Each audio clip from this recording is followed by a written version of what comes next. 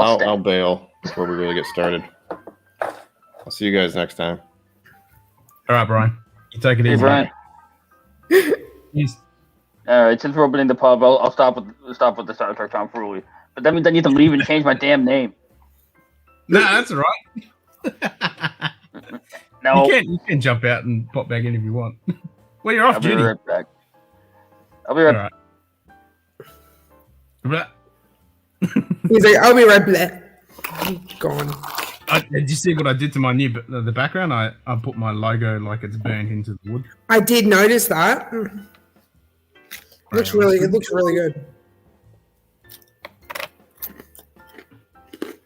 So I posted That's weird. That has never happened to me before.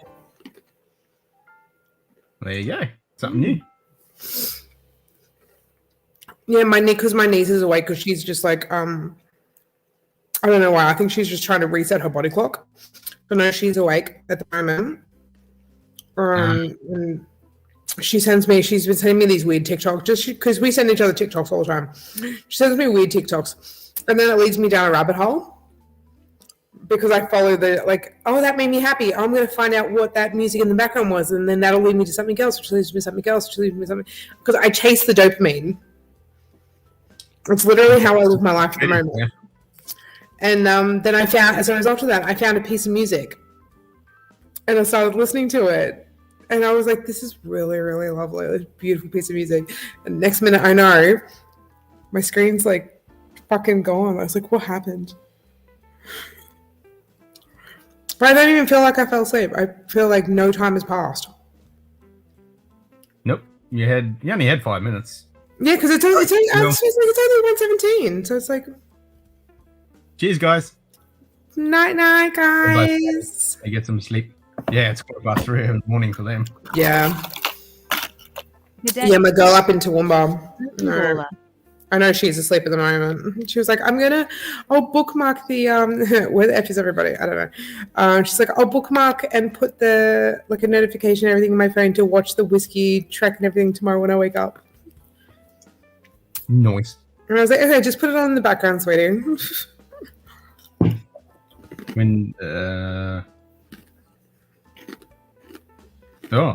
WA police are searching for a missing 66-year-old male in Geraldton. He was last seen wearing a grey blue jacket, pants, blah, blah, blah. Oh, dear. Oh, and the missus messaged me, turn your voice down, is it too loud? Oops. My bad.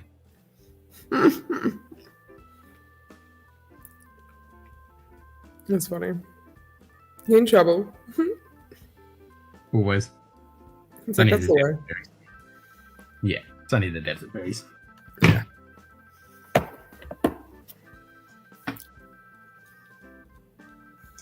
You fucking hate the Aussie accent? Good. Good day. Cheers, Daniel. Daniel Strachan. Good for you. No one cares. Yeah. Get off your high horse, cunt. Hey, what's up? Hey, you didn't have to work. It's a holiday, isn't it? Yeah, no work on Saturdays for me, but I get Monday off too, so. Yeah. You doing anything for the big July 4th? Today, yeah, I got a barbecue today. Nice. We're at a buddy's house. Thought I'd pop into the pub and have a drink with you guys, yeah. Hell yeah. Yeah, we just finished our whiskey trek, which was good fun, as you saw. Yeah, I was watching quite a bit of it. It was good fun. That's what you get for falling asleep, Jill. Fuck up! Julie just had a little 5-minute snooze. I didn't even realize it happened because I was like, I followed the rabbit trail that technology will take you on every now and then, right? And I found a beautiful piece of music. So I'm comfy, man. I've got like a fluffy blankie and beer in my belly. I'm good. And I sat back and I listened to this piece of music. I'm more comfy. Next minute, I know my entire screen is completely different. And I jump in here and the guy's like, yeah, girl, you fell asleep. Yep. Fuck. I went to the couch and fell asleep in the middle of Ben's stream. I'm literally on my couch. This looks like a different level because I've got the recliner set, so I'm not even surprised. Yeah, and he had my screen up on his screen like for another hour after that with just my cabinet in the background. I'm like, all right, dude, I'm out. I'm taking a nap. That's all right. There's nothing wrong with Australians having a quick little kip here and there. That's what it's for. It's pretty late there. No, Right? no. We're pretty early. And it was in the back of that too, so it's okay. That's why you get a dining room style chair. That's I what know. 24 hours straight. Because this is so fucking uncomfortable. I can't. No way in hell can I fall asleep. I know. That's how you did your massive live feed. I'm physically exhausted. I could fall over and pass out, but I'm sitting in this chair. I can't move. Yeah. Damn, Boom Baller, 15k already, open 2 hours. Holy shit. Even a sale or some shit. Or is it just everyone just getting ready for the fucking July 4th long weekend, eh? That's probably what it is. Those triples are tasty. Then you got to pick all the hair out of your teeth.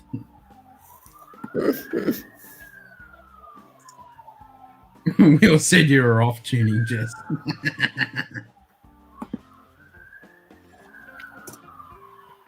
Yeah, that's true. Lil did the power nap thing the other night, the power blackout. Almost That was great. Yep. Cat nap. I'm so glad it didn't happen to me on the live though. We all have it happen to us. It's never happened to me. That has never happened to me. Not even in the back chat. It's never happened before. Wow. I've never done that. What's up, Jim? Hey, How you feeling, buddy? I'm good. I'm good. He's awake. Were you up to the end of that stream last night? Oh yeah, I was up Oh, yeah. at the end of that stream and in the background for a while. It was me, Jim, Simon. Something, right? and Simon. That's it. And we were And Ben. and Ben, who was pretty much passed out. And I said, well, me and Simon will bugger off, so you guys can go get to sleep because we were just keeping them awake pretty much. It was like 4 o'clock in the morning or something. Oh, it was later than that. I think. Yeah, it was definitely later than that. It was like pushing 6. Yeah, that's right, because it was 5:30, and then we worked it out. It was going to be 5.5 hours until whiskey track time. Yeah, I remember that. Yeah, it was pushing 6, if not 6 o'clock. It was stupid. Yep. I do that all the fucking time. I might end up doing it tonight. Who knows? Might as well. Might as well. It's only early now. I only just opened the doors of the pub. Exactly. What do you do? Go all the way through to HBR, right? Jeez, I hope not. Yeah. Yeah. Probably not. I'll definitely be on for HBO there. Is Cheech going on? No, probably not. Not a clue. I haven't heard. I'm a patron of his, and I haven't seen him say no yet. So, do you guys celebrate like your 4th of July? That's your tomorrow. Yeah. Yep. The So actual 4th of July is tomorrow. We're observing it on Monday. Yeah. What? Just because it falls on a Sunday. Yeah. So like all the federal holidays are observing it on Monday. So all the federal stuff is closed down on Monday. Okay, but you're still going to celebrate it on the Sunday. Oh, sure, yeah. Some places, like not where I'm at. I'm in Utah, and they're very church state, so we're probably not going to do much celebration. We're doing fireworks shows tonight in like our city parks. Okay. And then Monday there'll probably be more. I don't know. But Okay. it's all wonky when it falls on Sundays. Because we never do that. Anything. So if something falls in a particular day and it's on the long weekend, we still get a public holiday on the Monday, but we still celebrate on that day that it falls. Yeah, we still get pissed on the Sunday. We just wake up with relief the next day going, public holiday, back to sleep, bitch. Yeah, exactly. That's the way we just get extra maggoted because we don't have to work that next day. You just get extra tanked. You treat Sunday like it's Saturday. Yep. And then a lot of people will take the Friday off and maybe a lot of people over here. That's so typical over here. Everyone, if they can get away with it, they'll give themselves a 4-day weekend. Yeah, they'll chuck a sickie. Yeah. Yeah, Chris, we didn't plan on going on tomorrow night, but I'm thinking we should maybe do like a late one because we got Monday off. Like, we need to take advantage of that. I'll be there. Fuck yeah. Yeah, I think the idea was to not go because of the holiday, because people will be celebrating. But if we go late, I think that'll be fine. I'm not sure HBR is actually going on tonight. When will this be? About doing the whiskey track because it's the long weekend, but everyone said no, we'll do it. Okay, so when is your live? When is this going to be? We typically go Sundays, and we'll do like a weekday also. But we had planned on not going this Sunday because of the holiday. Your Sunday, what time though are you planning for this one? If you decide to do it. So it's 10 Eastern is the time that we go. 10 p.m. Eastern. Okay, morning. 10 o'clock Monday. Because that's my Monday morning. That's my Monday morning entertainment while I'm working. I was going to say. And I try and take Mondays off, but I can't this Monday, so I'll be working and lurking. I'm not going to lie, though. I kind of am not really keen for the concept of having birthday drinks at 10 o'clock in the morning. Yeah. I can imagine. Oh, is it your birthday on Monday? Yes. Happy birthday. That's more excuse to do it. Come on. Yeah, maybe we'll go on 2 hours later. So we'll go 10 Eastern. So that'll be what, 12 noon your time? And then you can definitely come on for birthday drinks. Yeah. Midday sesh. Possibly. No pressure. No pressure. Yeah. Well, Miranda goes down for a nap at midday. Perfect. Yeah, I got a kid down for a nap right now. That's why I'm here. Yeah, I was like, my Tim, she's almost 2, and I've shifted her nap back an hour, so she now goes down at midday, and she sleeps for like 2 hours. It's so good. Well, there you go. You can get a few drinks in. Yeah.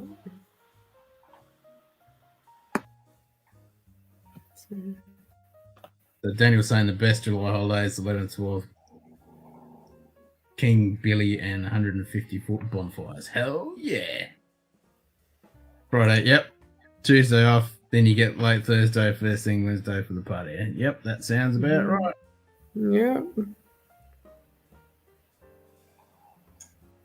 And earlier I got the idea Australians wouldn't hesitate to drink it. No, I don't.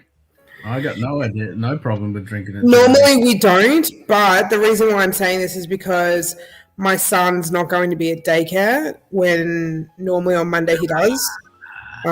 He's not at daycare this Monday, and David's going to be at work. Yeah, so you got mummy duties. I'm on full-time mummy duties. Yeah. So normally we don't care, like legit, we do not care. But I have mummy duties. Well, my boy's off school for 10 a.m. Yes, that's right. Yeah. But he's at daycare when Carly's at work, and Carly's got. That's right. She doesn't go back to work till Wednesday, I think. But Nap's not lasting. No, not here, baby. Yep, I hear, baby. It's like ingrained in my soul. I was like, there's a baby crying. Give me the baby. I need to make the baby stop crying. I need to care for the baby. It's not even my baby. But I was like, make it stop. Animal instinct. It really is. Oh my God. Absolutely crazy. 10 p.m. Eastern is 10 a.m. Ken and Julie, and 12 p.m. We'll just. Hi, beautiful baby. Hello. Hello. It's like, nah. She's up. All right, I'll check out, guys. Just wanted to stop in and say, hey, All right, have a mate. drink with you guys. Goodbye, princess. Bye. Goodbye, darling. Bye. Bye.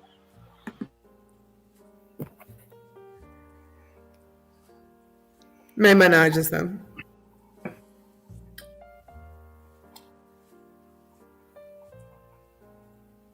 My computer should have settled down by now.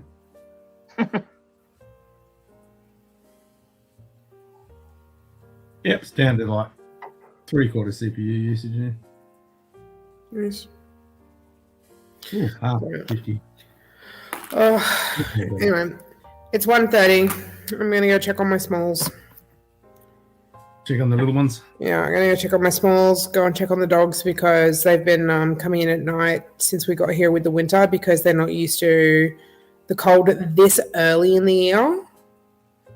True. They are outdoor dogs, but when we got that cold snap a few weeks back, about a month ago, I started bringing him in every night. And my Land Cruiser is not in the garage anymore. Oh.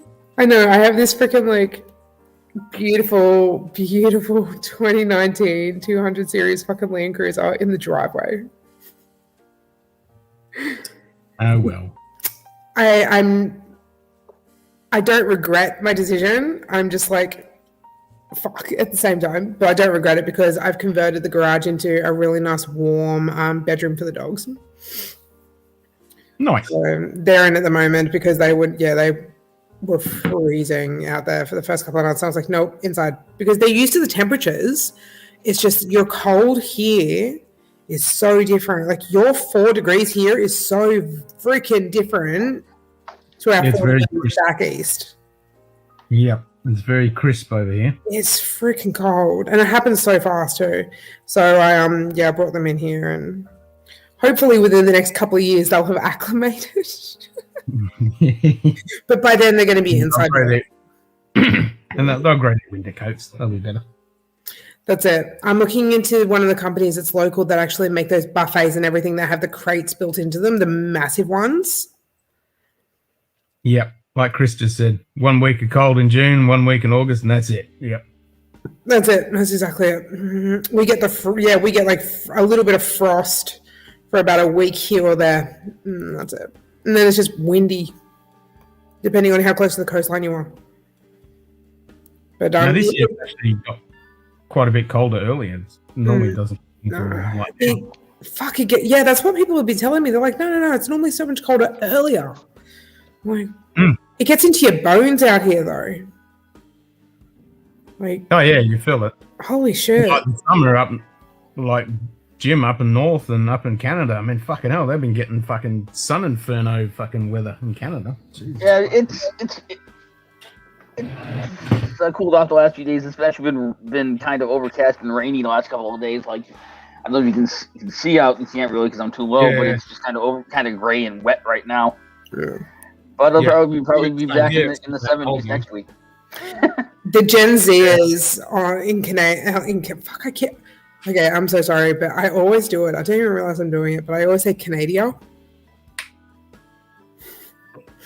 I'm like, it's not Canada. Pick one. You're either Canada or Canadian. They're not Canada. I'm not Canadian. But the freaking Gen Z, the Canadian Gen Zers on TikTok at the moment are just bitching about the heat. But I was like, but you in a few months' time, I'm going to be looking at your fucking videos and you're going to be bitching about the cold. Like, yep. Pick your freaking struggle, Karen. Karen. Did you see that freaking moment in Parliament over in New Zealand? I'm assuming by your lack of reaction you didn't see it. I'm going to have to find it and send it to you. Don't watch TV. It was in the news, so I figured you may have seen it. Yeah, Donald, I saw that on the news. What was that? In British Columbia got burned down the day after. Yeah, Lytton, British Columbia. A wildfire ran through and burned it to the ground. Yeah. there was actually a guy who I think his parents were visiting him, and the wildfire was coming through, and so he had them crawl down into a pit that he'd been digging to do work on a septic system and covered them in plywood, only to have a power pole fall down on the pit and crush them in front of him. Oh no! Oh, that's heartbreaking. Fuck. Oh, that is absolutely heartbreaking. Eesh. Does everything you can to try and freaking put them first and save them. That's brutal. That's not. Oh my god! Like, Cohen, welcome. G'day, Cohen. On that horrible note. Yeah, sorry about that. Big downer. just one of those. Just take it as one of those reminders that you never know when it's going to be when you're going to be done. So just enjoy it. Just pour a fucking glass of good fucking whiskey and enjoy it all you can. That's it. When you read stuff like that, try not to dwell. That's crazy. I was wondering about that. That fucking heat wave was brutal. I was wondering how many people would be fucking messed up by that. Fuck. 800 people. Over 800 people was insane. That's insane. Yeah, this planet's fucked. Like, we get heat waves over here, but because we're so used to them, we have incredibly, like, we're well adapted and we have our own measures to combat that. So we don't even have record numbers like that. Nope. Sure is, Kevin. Double cast. Yep. It's the double cask. It's delicious. Yeah, that's crazy, Chris. Yeah. All right. On that note, guys, have a really good night. You too. And I'll talk to you guys later. No worries. Cheers. Cheerio. Now that I've finished my Starward. No, but I do have that one. No, I don't. I've got the 10 peated, which is not the Bordeaux. G'day, Frederick. Frederick, cheers.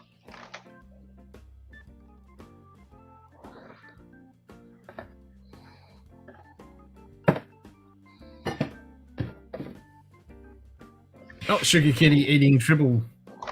Goanna eating Dribble. Dribble eating Goanna.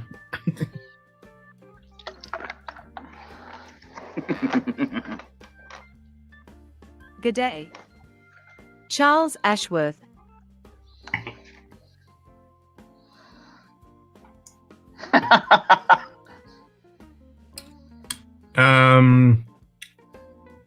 Anyone got a joke?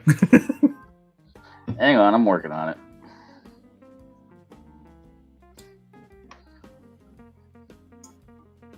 I'm full. Brrr.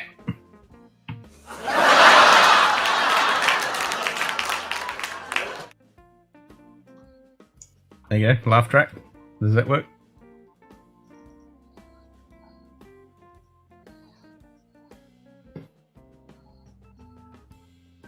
That's why we need Mike in here for a dad joke.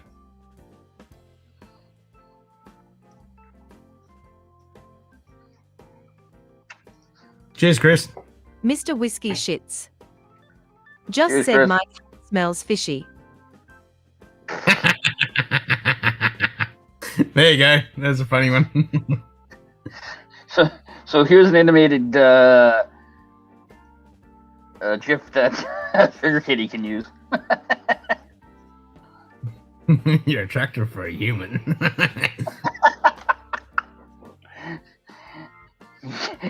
You can have that one for your charge, Sugar Kitty. Use it in good health.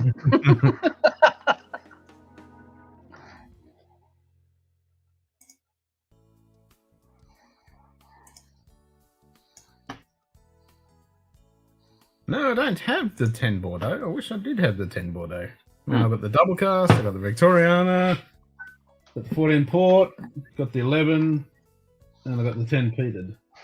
And I got the 15, but no Bordeaux. Wow. I keep telling myself that I'm gonna wait to open all this new stuff because I got so many bottles already open that I'm pouring from. But You gotta have the opening of something to try it. Yeah, try a bit of that. There's nothing wrong with that. I'll join in some of that after this.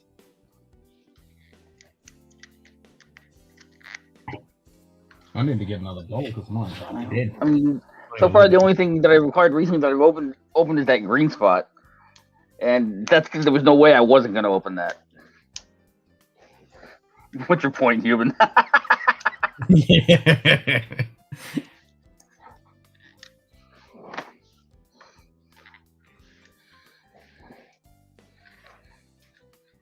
Oh, that's cool, Cohen.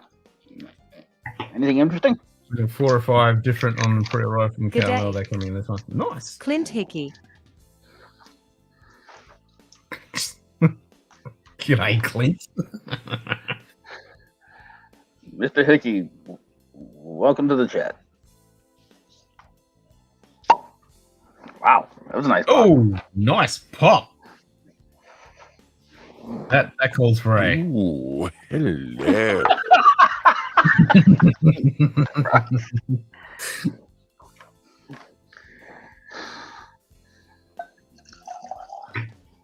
Try a little bit of naked grouse. And I'm gonna have to play.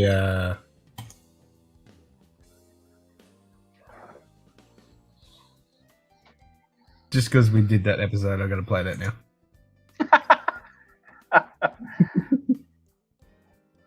And someone Mr. Whiskey close that Shits. door. Just said Mike Hunt has a hickey. That's an Yep. interesting place for that. Yeah, doesn't that hurt? So just in case anybody didn't catch what I'm drinking. Anyway, Naked grouse. this is the naked grouse. Yeah, mine's a bit empty. Sugar kitty. Hmm. The nose on this reminds me of that Johnny Walker. Yeah, I mean, I like the nose better than the palate on this. The nose is delicious. The palate's a bit meh. It's all right as a daily drinker, as a starter. As you can tell, I don't mind it as a starter offer. Hmm. Yeah, it's a lot like that Johnny Walker, just much weaker. Yeah, it's a lot Not thinner bad, though. and weaker, but yeah, it's not bad. It's a good starter offer. Yeah, I'm not sure Ben will enjoy this, but we'll see, I guess. What he might do, it's sweet. Yeah, true. Like Charles said, it's very sweet.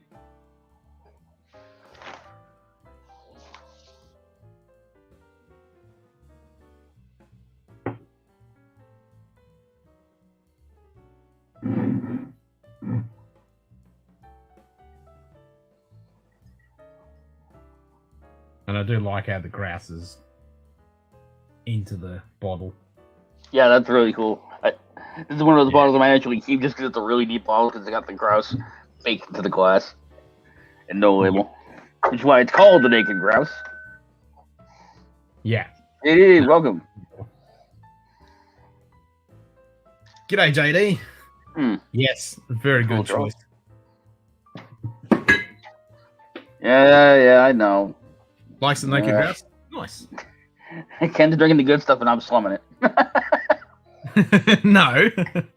Did you see my bottle? It's almost empty.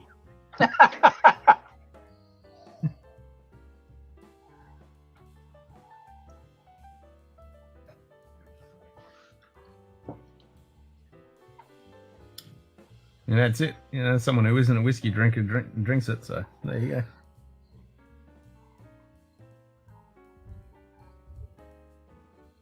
Yeah, this is good stuff.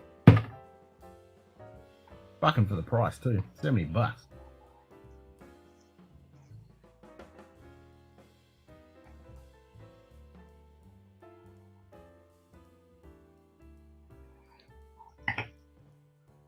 So that box should arrive Monday. Dang. Paid for 6 bottles of vodka. It's a single barrel cask strength picked by Bourbon Mafia Brothers. Organised to have them sent over for my birthday. Nice!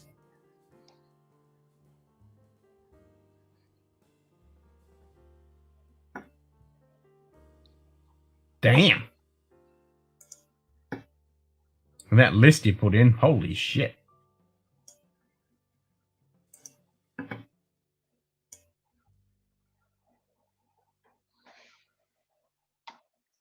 Where's my nice button? Nice.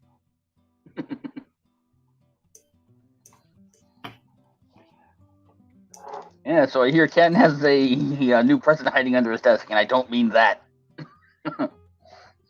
Not yet. People are looking forward to the box opening. I think I'm definitely looking forward to the box. 132 proof, I think. Nice. What have we got here? Ben Reed, 11-year-old cask, port cask, 2008 Mortlack, 12 Nice. cask strength sherry. Damn. Ooh, 2007 7-year cask strength sherry, but still over here by them. Nice. That definitely calls for a Nice. nice.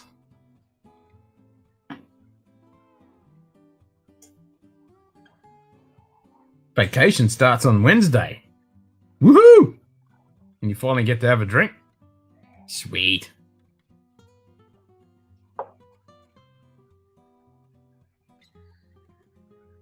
$132 proof, Chris. Damn. That's definitely going to wake you up in the morning.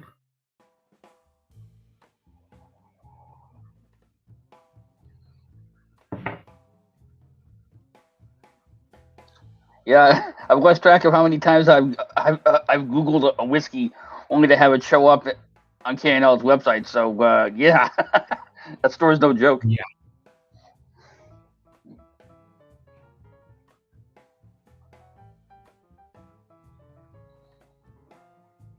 Yeah, 2013 Ben Netter 7-year-old cask strength sherry. Ooh, that sounds good. I was thinking earlier I should just grab a bloody Nika by the barrel just to get some Ben Netters.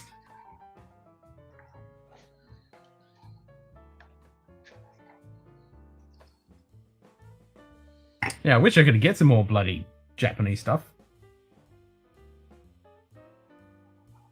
It's pretty cool that Kampai Nation was commenting on my Habigi How Many episode.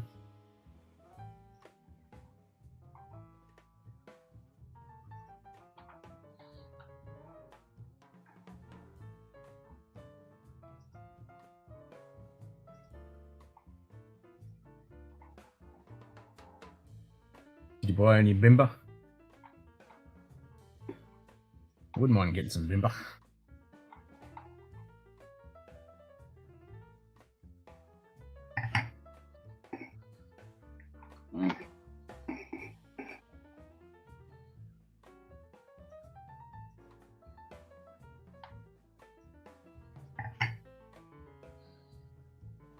I like the apple note on this.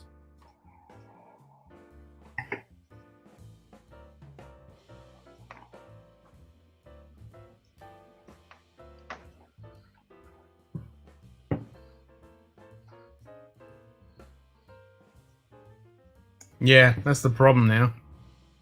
It's just sitting on the shelf because no one wants to pay for the stupid prices they're asking for it.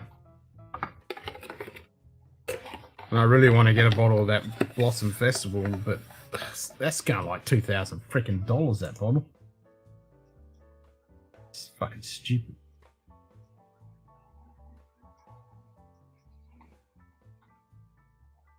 Electrical problem is solved. Time to wash up and get something to cool down with. Nice. Oh, sweet, JD. We can. That means I'll have to get my shit together and get some sexy footage of that bubble. Yeah, I think somebody over at Popular Mechanics was having a little too much fun with doing the image for the article about this vodka. On a pass. Setting the bar a little high, I think. Yeah. It's like, Italian Silver Seal Indie bottle Oh, of that'd be Old good. Navy rum coming this month from Carmel, 57.1, no bullshit added, and non-chill. Oh, that sounds nice. cool. Hell yeah. Yamazaki limited edition Mizunawa is also out. Yeah, I saw that. The limited edition ones. The 2021 limited edition stuff. Oh my god, that stuff's going to be so fucking expensive. Oh, yeah. All right, let me take this down. G'day, Donna Pass. Yeah, it's fucking crazy. I should ask bloody Mac from Kempai Nation if he can hook me up with some shit.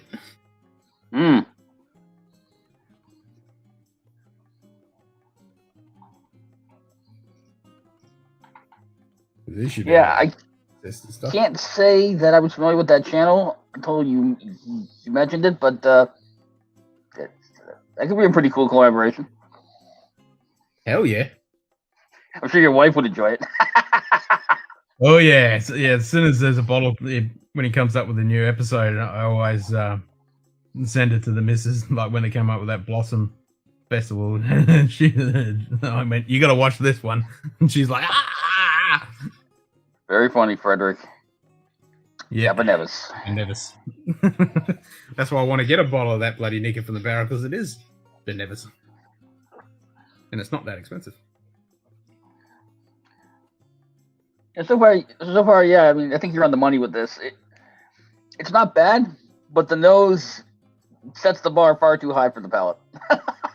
Not that the palate's awful. It's just the nose is this beautiful, sweet, floral. It's a Macallan. Yeah, but it's a Macallan that doesn't suck. Every Macallan I've ever had has this awful astringent bite. Yeah, but I mean, the Macallan, it's a Macallan in the sense that the nose smells fucking great, but the palate's that's fair. Yeah. MSRP is $79 here for the Blossom Harmony and the Mizunara, but it will never sell that cheap. Oh, fuck no. Exactly. That's what the thing is. Yeah, you look at the price for that fucking Blossom Harmony, it's around $2,000. Fucking insane. That's crazy. Yeah. It's fucking insane. And yeah, the retail for it is fucking nothing. That's what Mac was saying. He's like, yeah, it's not hard to get, but you could like getting fucking what to pay for it. Yeah, exactly. It's a sexy looking bottle. I mean, it's a high biggie harmony with all the blossoms all over it. It just looks amazing. And it's done in that. Yeah, done it best. Yeah, that's not a bad Scotch. For $43. Yeah, that's. Well, I think that's less than I paid for it. So yeah.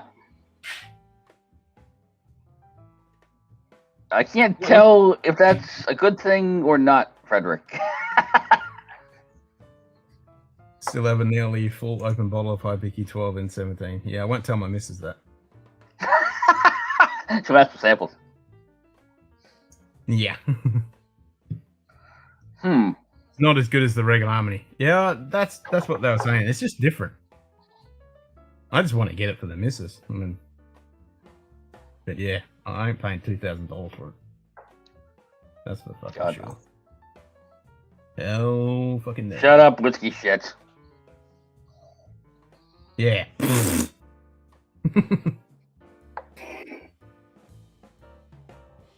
Donald Ransom still trying to get a replacement bottle of Fushi 12. Good luck. Yeah.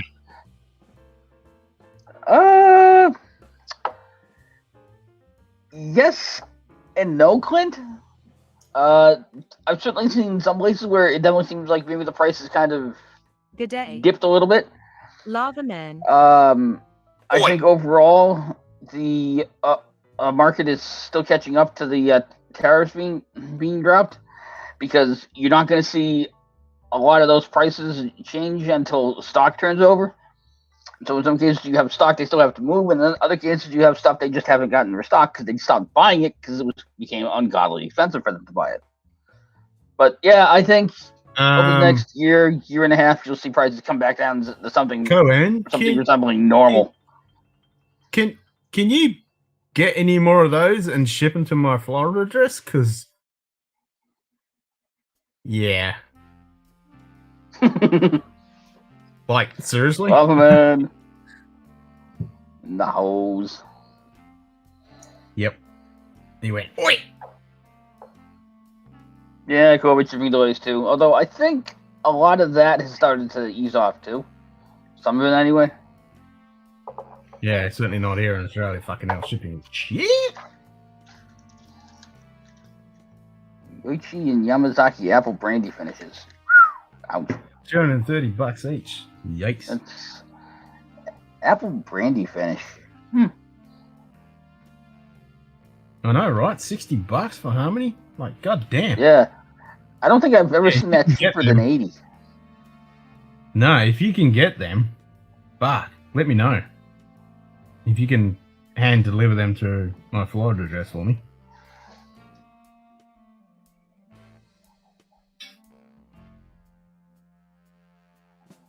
I know my missus would definitely be very happy about that.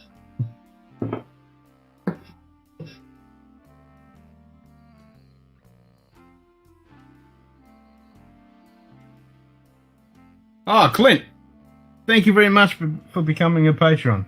I shall add you to the thank you list. Yeah, thank you very much. Cheers.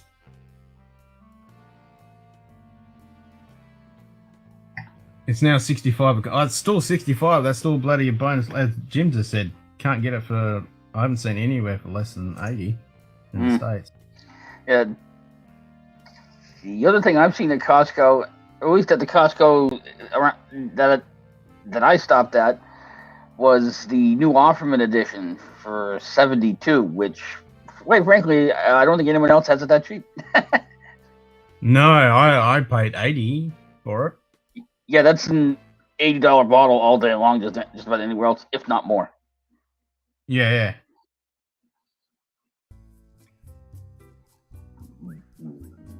Nigger from the barrel for $65. That's a good price too. Nigger for the barrel. Oh, JD, any new bottles I picked up?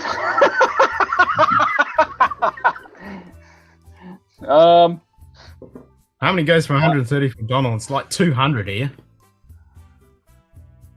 Insane. I'm assuming that you didn't hear about my haul from last weekend. So I got this.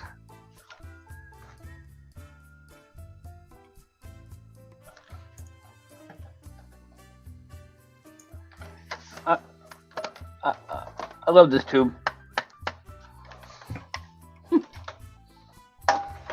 I got. Started drinking malt whiskey 4 years ago, so don't even look at Japanese for the money. They want the Scotch available is high end. Old Ballantrue in 10.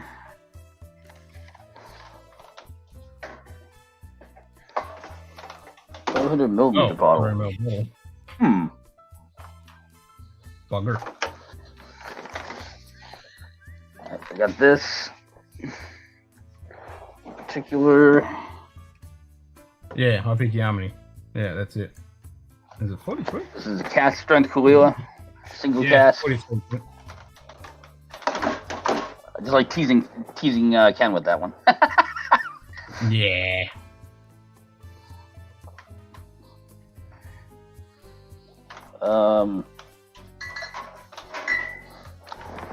Picked up an Irish. This is lightly peated Irish. There is a black label as well, which is a bit, I guess a bit more heavily peated. So yes, JD, I would say I picked up a few things lately.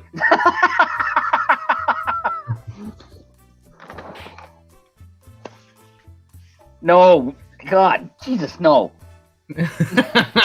Oh, fuck no. You couldn't. You couldn't give that shit away to me. I don't want any more of that. And also this Breed Spot, Yeah, Louisville Barton. I'm very happy with that. Newer Kill Carinade Oloroso, 56.9 ABV here for $95. Which is pretty good. Right now, there you go. You're in lights.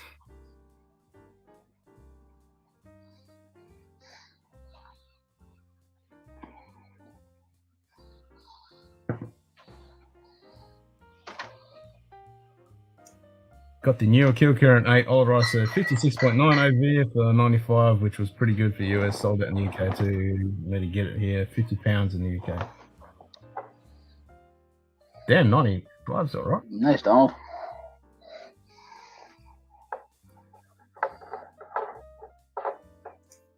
Nice. Yeah, go. And if you can, actually, I've got my. Yeah, if you can get that high peaky harmony in the UK, you can send it to my UK address. How many addresses do you have? You turn it into an international smuggler. Well, I've got the My US, which gives you a UK and a Florida address, and then I've got my Really? I Aussie didn't know address. that. Yeah, yeah. Oh, and JD. You naked grouse. Yeah, you can have the naked address. And actually, I have to give credit to Ad Burben for a few of those because he was hunting in Connecticut and down in southern Connecticut and picked up a few of those for me that I can't or haven't been able to find here in Massachusetts. So, full credit to Burben for that. Nickel $1,000 plus. Damn, that's getting up there. Yikes, that's insane.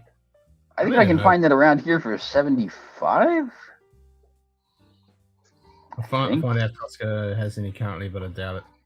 Yeah, if you can, thanks, Cohen. That'd be awesome. If you can get that for like $65, I'll definitely grab a couple bottles. I mean, if they've got it at Costco, they'll ship it to my UK address for me. So yeah, that'll be sweet.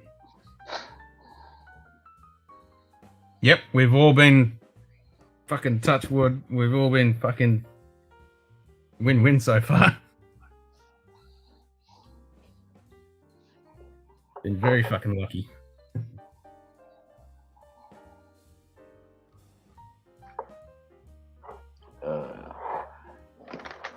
I suppose I should fix that.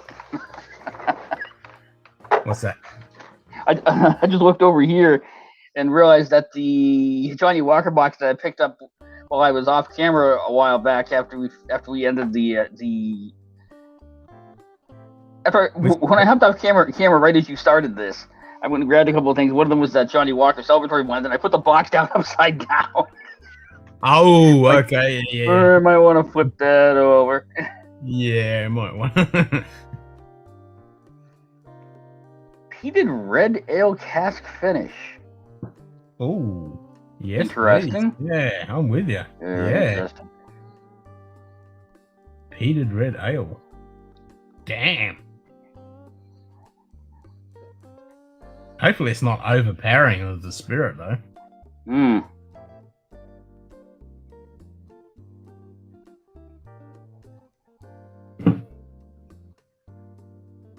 Heading out hunting with the rest of Ohio's Russells and Bullet Barrel. You're trying to get a 13-year-old? Good luck, Lent. Cheers, mate. Yeah, good luck. Yep, good hunting. Mount Gay casting 15-year-old port cask for $118.99. Good deal. Nice. That's a win-win. Hell yeah.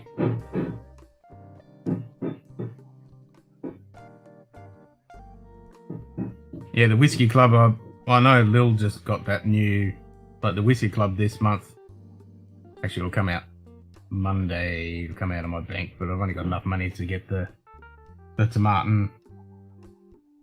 Oh, it's some French wine cask. Can't remember the name of it. It's one of the odd ones. It's not the three that was on the collection. It's an older one. It's a tomatin? Exclusive. Yeah, it's a tomatin. It's an exclusive. Actually, I'm gonna have a look right now. I've got my emails. It's done in. And it's not part of the French collection? No, it is done in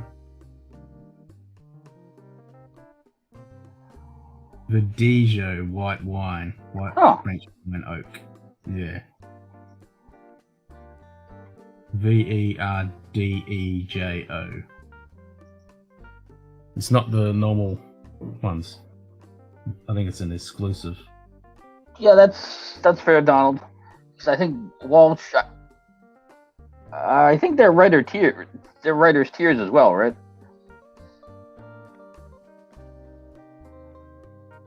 Four square 16 year for 135, and it's the best price in the US. Nice.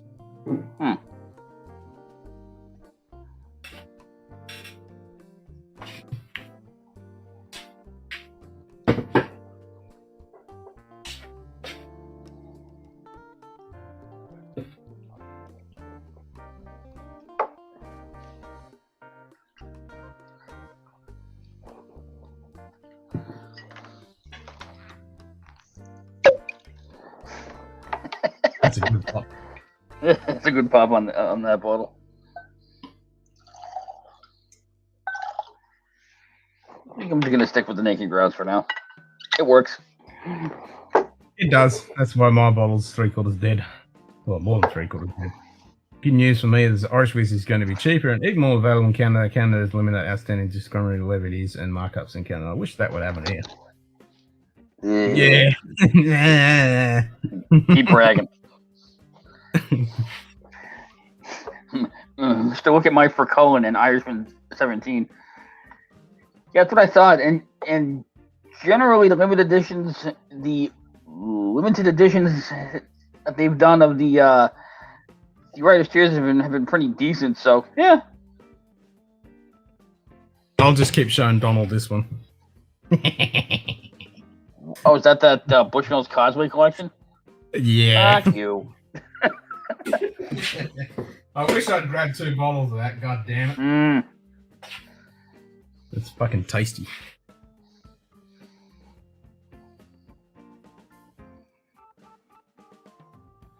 Yeah, we're pretty lucky to get that.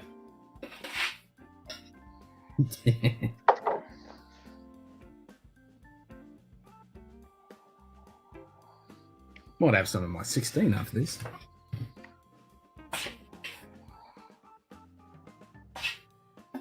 We'll have some 16.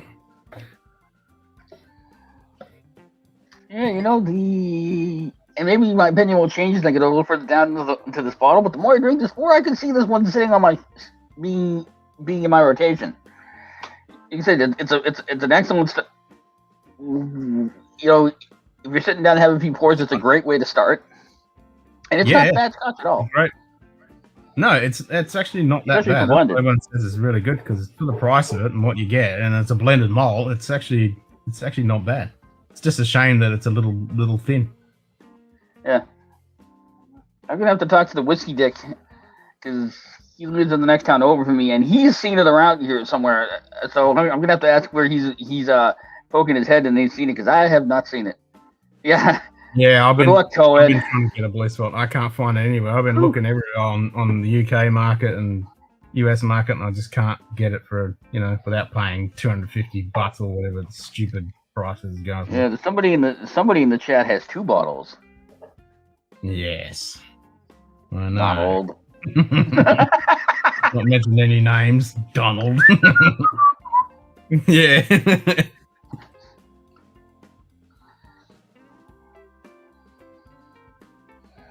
Yeah, and then he just rubs it in. I was lucky enough to get 2 bottles. Love to see how things go when the next batch of it drops eventually. Yeah. Yep, certainly didn't see it in here. Was it July to you too, JD? Even though you're over there in Poland? Yep. Happy 4th to everybody.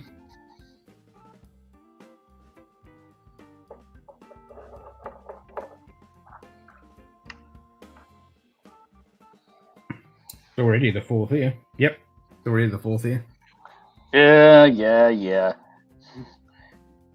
Talking to Ken in the future there.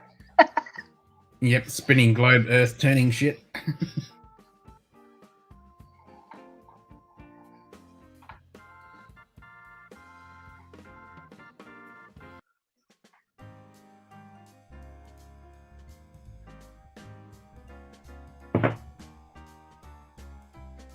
Time to play with the X-Wing again.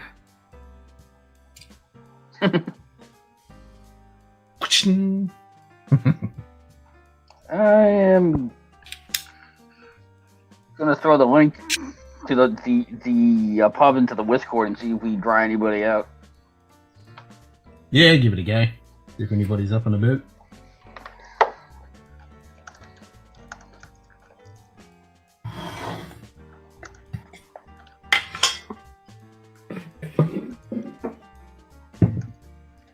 I have stuff that I should try and trade for a blue spot online. Never know.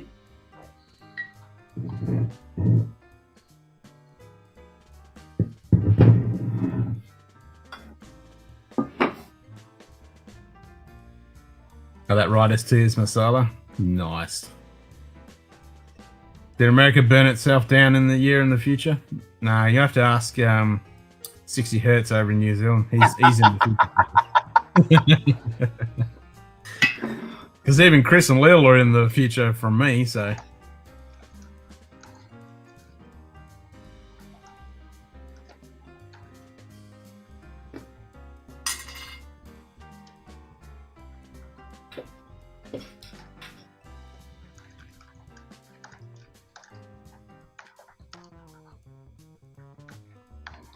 Like if the sun blinked out of existence, we wouldn't know for 8 minutes.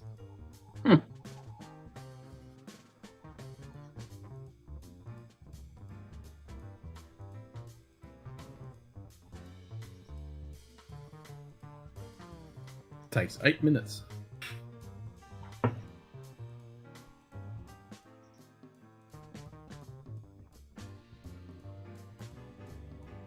Thursday, I get to drink my Glen Shrine. I had it in front of me for over 30 days during my detox of whiskey. Nice. Win-win.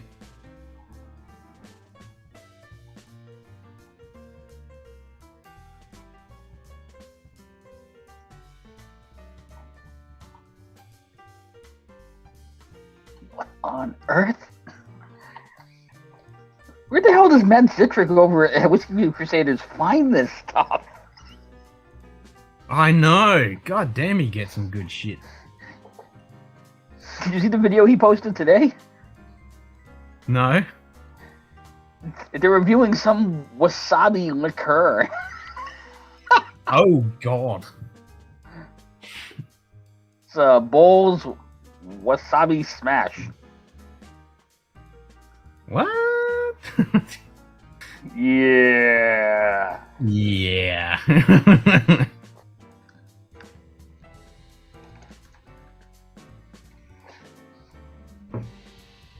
That sounds kind of scary. You think? It sounds foul, I agree.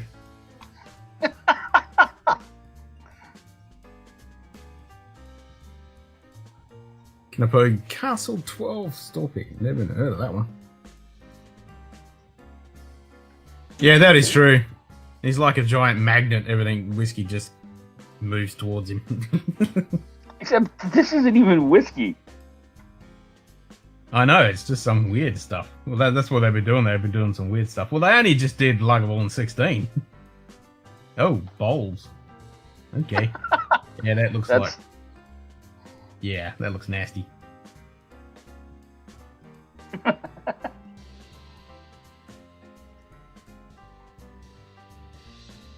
Yeah, no thanks.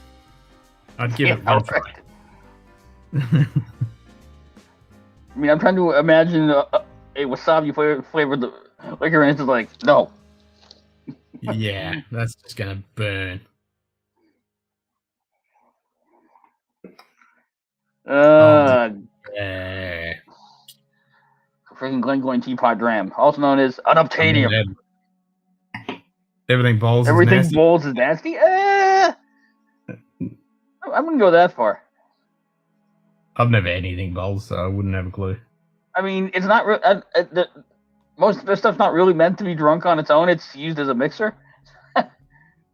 Ah. Well, that makes sense.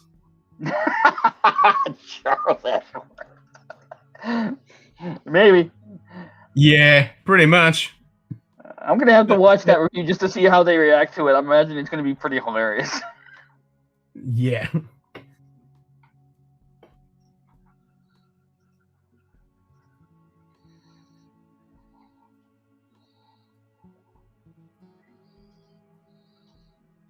All right, bye, break. Back in a second. No, it's just Matt and Will. I guess Sarah bailed out on that one. Ray Charles was a fan?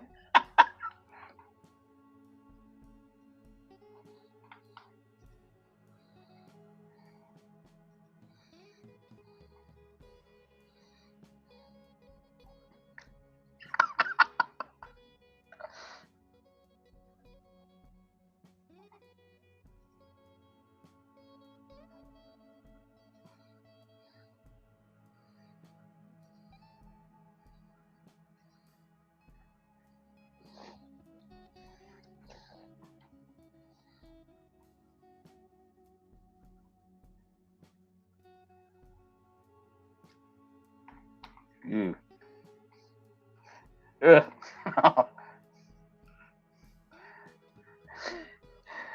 So skimming that review, I just saw Will over there having some kids going, it's spinachy.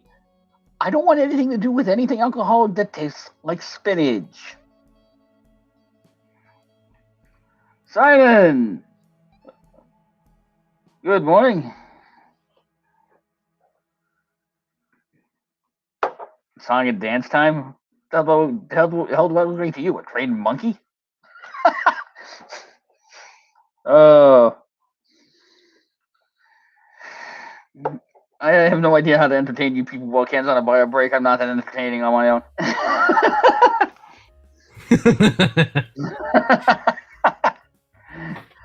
I don't know if you heard me. If you heard me, Ken. But I don't want anything. I'm with you. I don't want anything that's spinachy tasting in my drinks. No thanks. Matt was like, it's a bushy vegetable horseradish. Nope. No. Nope. Ugh. Some things just shouldn't exist. Okay, there's a thing called big black cock single malt. There's a big black dick rum. Oh my god. What the hell? Why? Because of the name, obviously. No, it's just like, who names this stuff? You ever introduce them all? I don't know. Let's name it Big Black Cock. Why? Why not? Because we can. Big Black Dick Rum. Yeah? Hell yeah, JD. I'll try it. Damn. That's crazy. Where is vodka? It may as well be pure alcohol. God damn. I mean, rubbing alcohol you buy in the shop isn't even that bad. Yeah, it may as well be pure ethanol in a bottle. Oh, Simon. Yeah. Morning, dude. Fucking hell. What's up? Yeah, I was going to join sooner, but I fell asleep. Kitty, I sincerely hope not.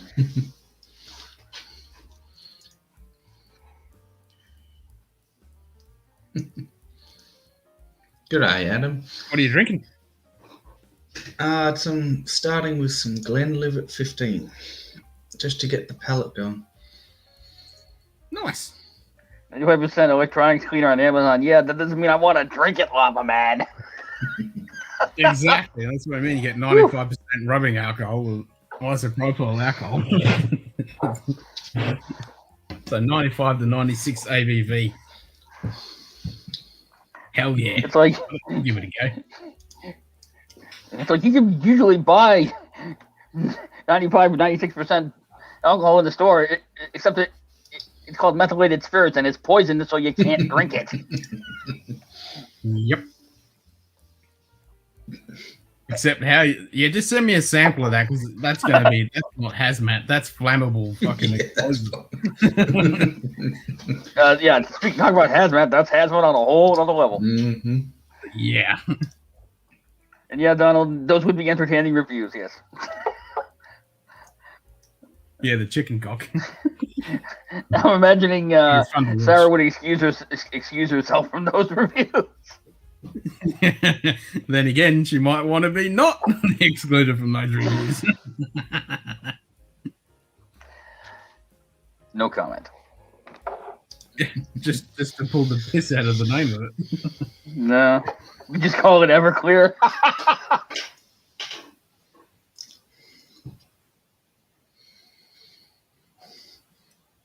Yeah, well, Everclear is the drinkable version, as opposed to methylated spirits, which they intentionally color it and put bitter tasting elements in it and chemicals in it because they don't want you buying it and drinking it. They literally make it toxic. Really? Fucking hell. Well, there's people around here that will drink it. Not Not if they don't want to die, they won't. I don't think they care about that work. Yeah, they Today we are with orange juice and drink it. If they can't get anything else, they'll drink it. Yeah. Today we are reviewing Big Black Dick. YouTube breaks.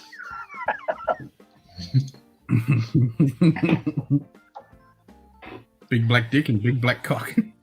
Well, I know that Ralphie's brother Big Clive put up a video several years back now where he did a shot of methylated spirits, and over in the UK they color it purple. They put a bitter in it, so it's unbelievably bitter, and they add other things to it to make it toxic. And it's literally, you hear him take a sip, and then you hear him run off camera to his sink. You go, oh God! And he's spitting it into the sink and drinking water because it was just vile. It's like, why do they do that?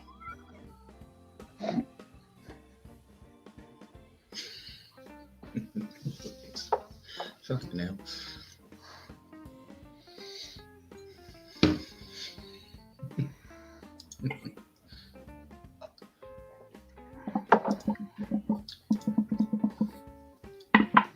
I was going to ask Donald, what do you think of that Teeling Black Pits?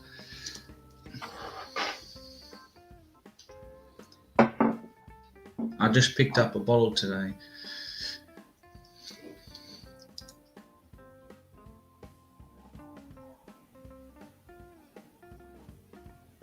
Methyl alcohol, wood alcohol, poisonous, isopropyl alcohol is the one they put horrible flavor in it so you can't drink it, but it's not toxic, which is why they denature it. Yeah.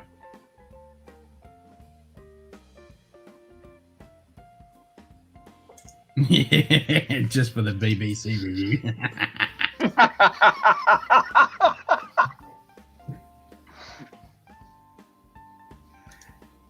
Oh, you haven't had it yet? Blackened cask strength? California Why?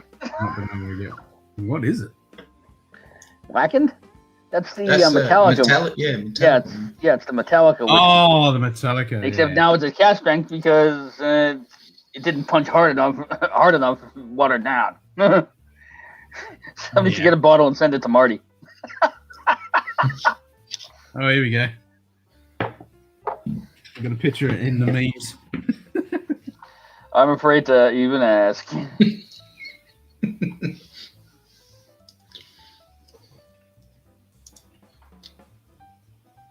Hey, isn't that it's weird that Metallica whiskey, it's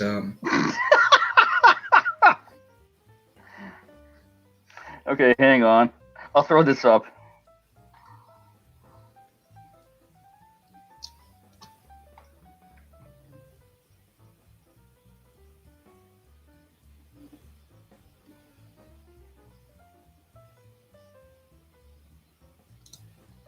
Ha! Big black dick.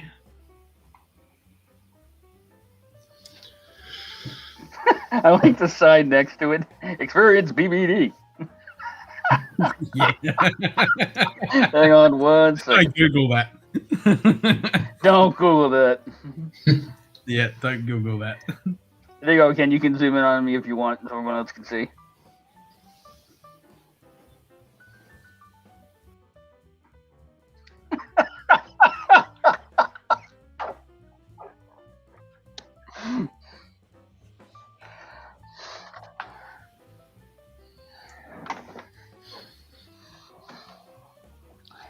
The most outrageous rum in the Caribbean. Stop by Dick's Duty Free liquor stores in the Grand Cayman for your own BBT experience. Oh, wow. Is that shit real? Yeah. Yeah. Really? Fucking hell. Ah, Simple Simon is back on. There's apparently Yes. 3 varieties: light, dark, and vanilla. So you can have a vanilla pig.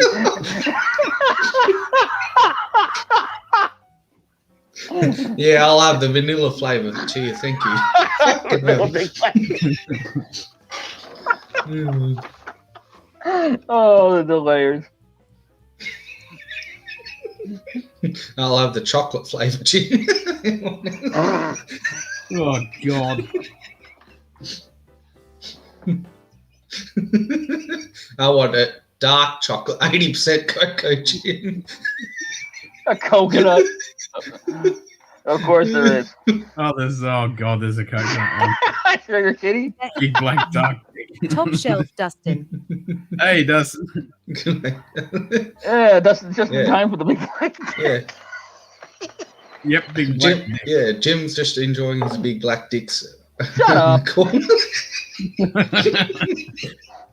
We're all enjoying the big black.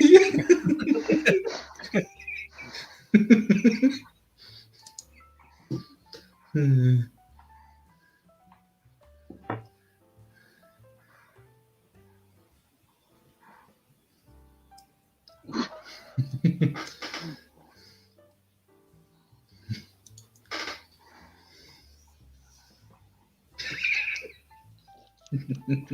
Jim, Oh, just boy. don't stroke those bottles, Jim. Don't. Oh, no. I think I don't have Oh. any. Oh, damn. Yeah, I can that's- imagine. I know what that's fucking like. Fucking cyclone, 4 days, no power, no internet, no phone. And then all of a sudden he finds us talking about big black dick. Perfect. Welcome Nick. back. Club's open, mate.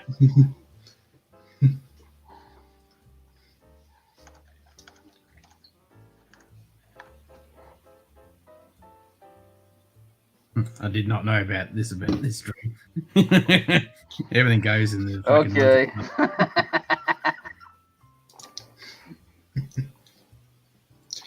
Can we do that? I was going to ask Daniel, did you end up getting that Glenfiddich Grand Cru? Oh yeah.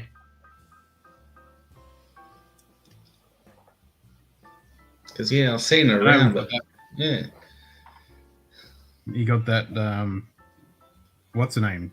Irish. I don't want to get my hands on. oh Blackbit. Not the blackbit one, the port finish one. Oh, port finish. Where is it? JD, I am starting with the Glenlivet 15.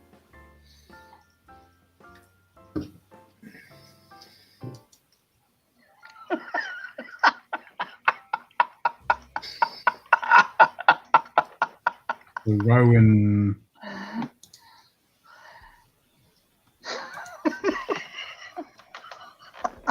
Is that the big black cock? Is that what you're sitting on, Jim?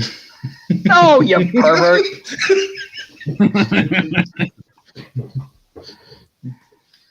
I did not know that about this stream.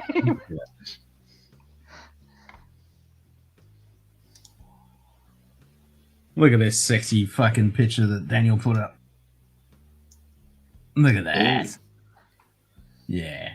Having a What is nice that? time there. And that's the Irish Rowan port finish one. Ooh, nice. Yeah, got to get me some of that. Port finished Irish. 61.7%. That is, you know what? I'm not going to finish that sentence.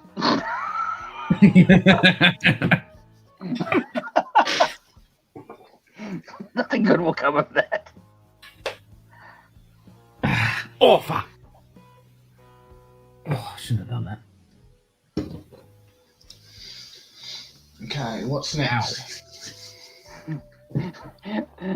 I actually did that search in incognito mode because there was no way in fucking hell I was gonna search for big black cock. My search history. Nope. Yeah. If you're searching for that, Jim, only use your work computer. No. And You yes, think that is the Charles. powerful BBC? Yes.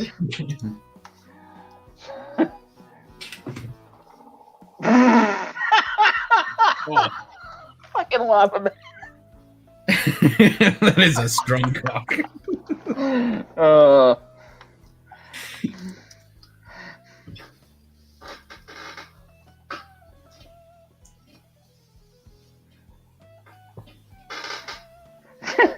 I'm looking at the page on the distillery report. Tastes best standing next to your bar like a boss.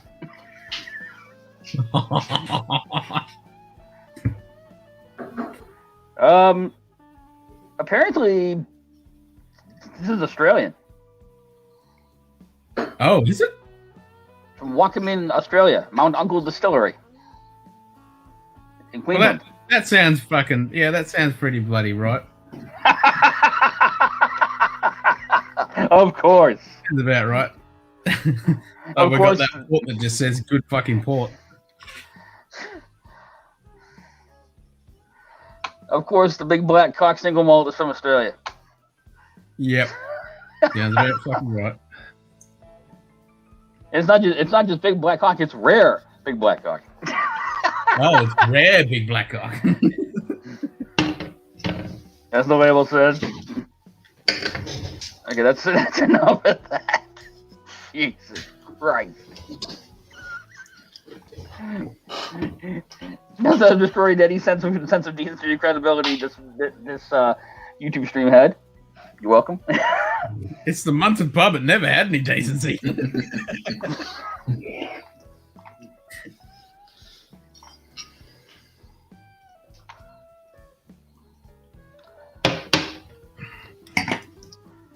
And now playing on BBC Channel 4.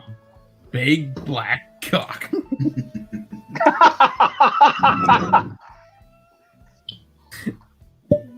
Wouldn't that be the Spice Channel?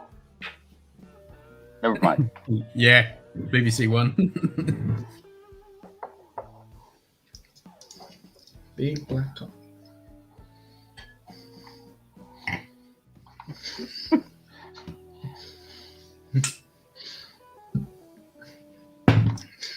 What are you eating for breakfast, Jim? Big black cock. No. Nice try. Side of that fucking wasabi fucking liqueur shit. Oh God. Wasabi. I'm calling it now, though. Now that Ken knows that single malt is from Australia, he's gonna find a bottle of that to put on his shelf there. Which one's that? The big black cock. It's from Is that Queensland. from Australia? Australian. It's from Queensland. Yeah, it's Australian. I would not surprise. I'll- We've I'll got do this- also a whiskey called Fanny's Bay. Like literally, we do. I see it all the time on Yep. in Dan On behalf Murphy's. of all the British, It's called Fanny's Bay. BBC One. BBC if I'm gonna 4. read from 1 to 4. On tonight's Animal Interference Network, we examine the life cycle of the rare big black cock by the cockerfuckers.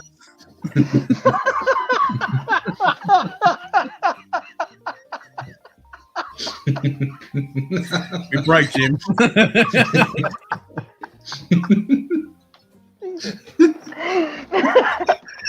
On that documentary, we see Jim in the corner in a gorilla's cage.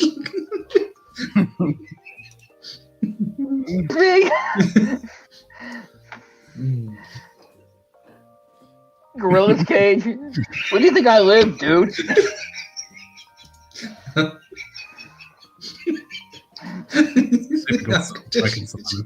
Oh, Jesus. Fucking Donald Trump. Don't get me started. This is payback for making you laugh your ass off on the subway, isn't it? Subway.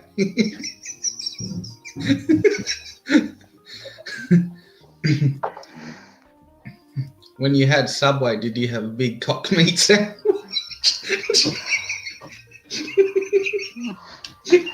Jesus. Oh, 5-year-old. I walked into that one.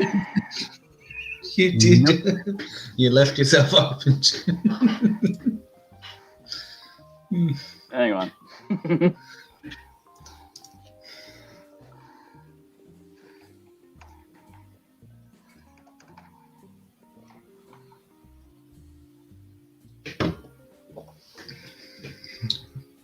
How low can you go?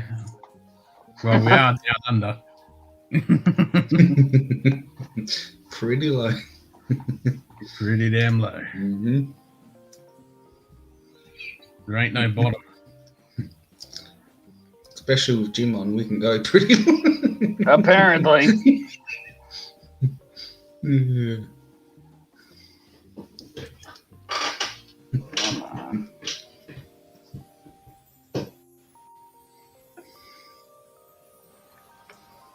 Yep, there we go.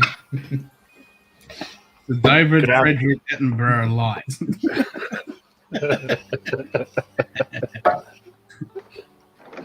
Yeah.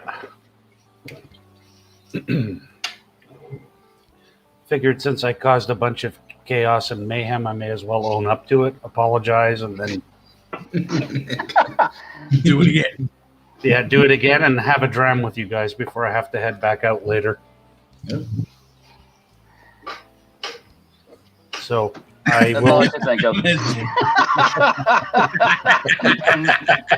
That's all I could think of. And it's funny, I didn't even think about it until Lil started pointing out. It's like, yeah, there's something when you take this out of context, you go,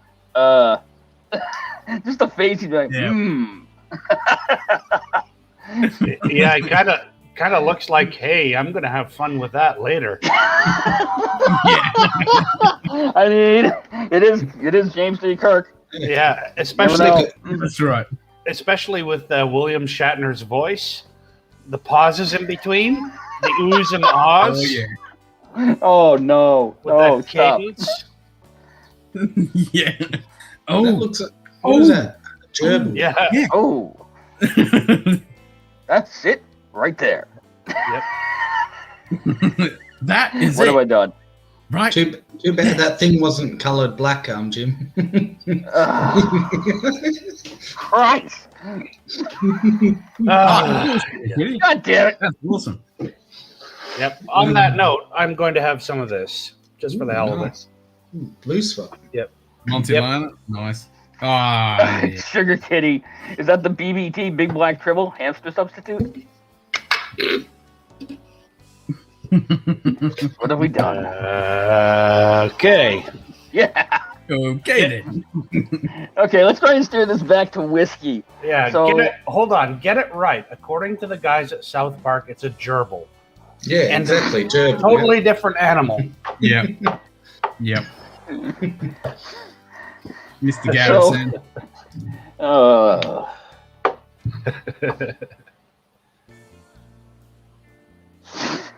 So- man. I'm having I some know bush- Simon. Go ahead. Oh, you weren't. Yeah, of course. He's got to bring out his Cosby collection just to leave it in Donald's face. Yeah. So I know Simon asked you about the black Yeah, pits, it was and as black. I recall, you were lukewarm on it.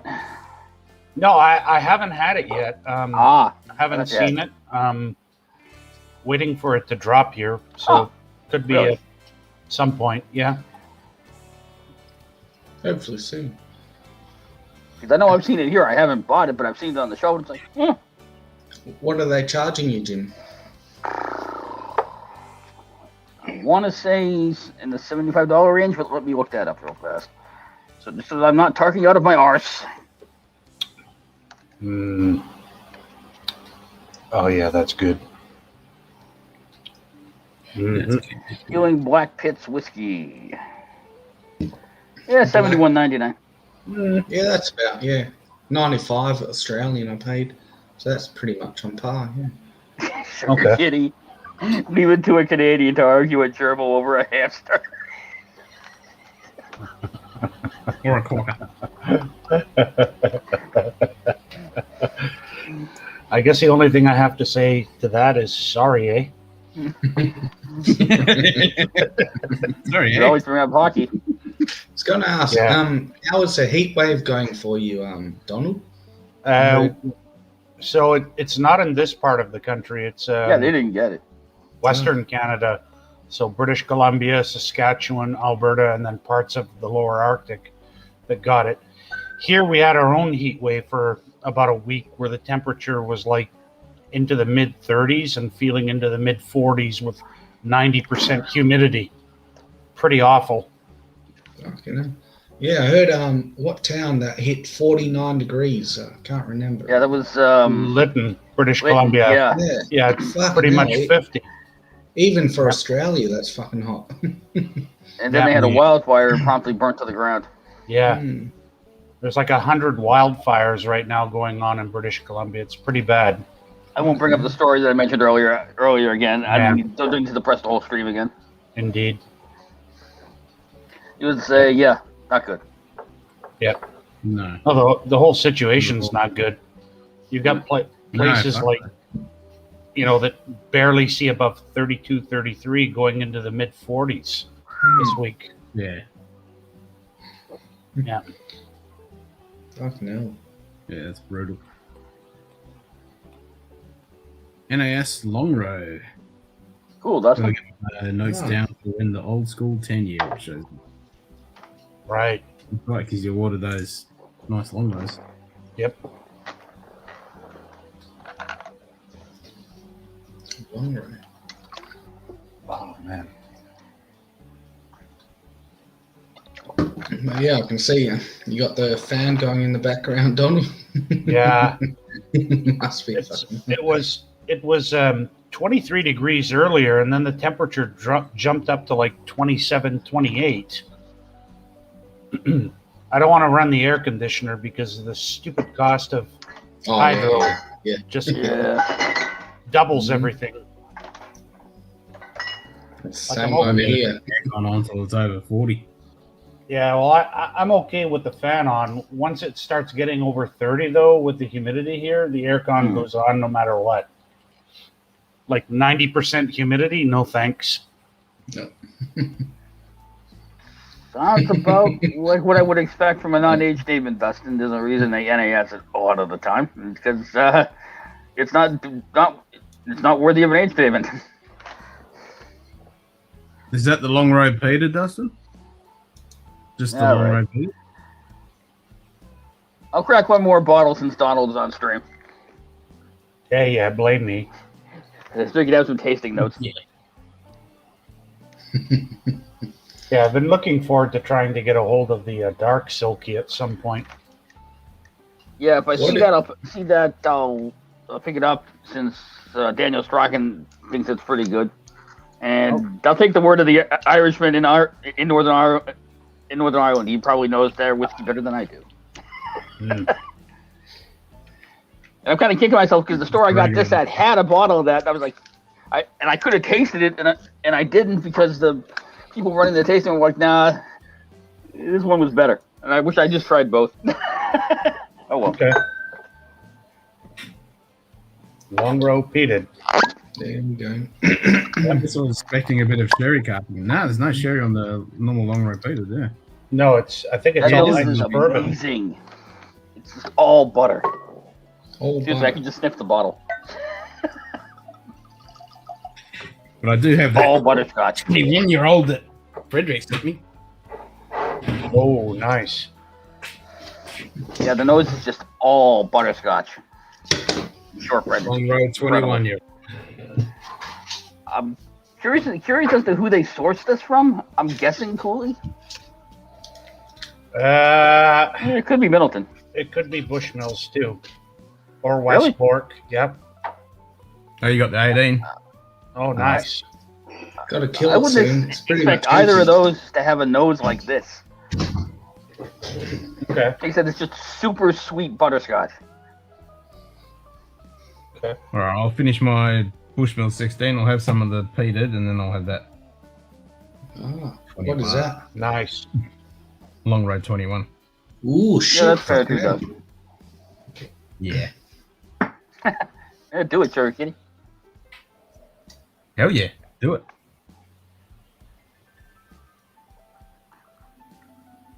Come on in and join us. The palate is shortbread. There's a little tiny hint of something peaty on the back end. Like, Okay. It's not even a smoke. It's just kind of like a little burn. Like a little, like, char. Yeah, that's kind of what I would expect. I mean, I'm pretty sure they're using mostly refilled bourbon casks, aging that.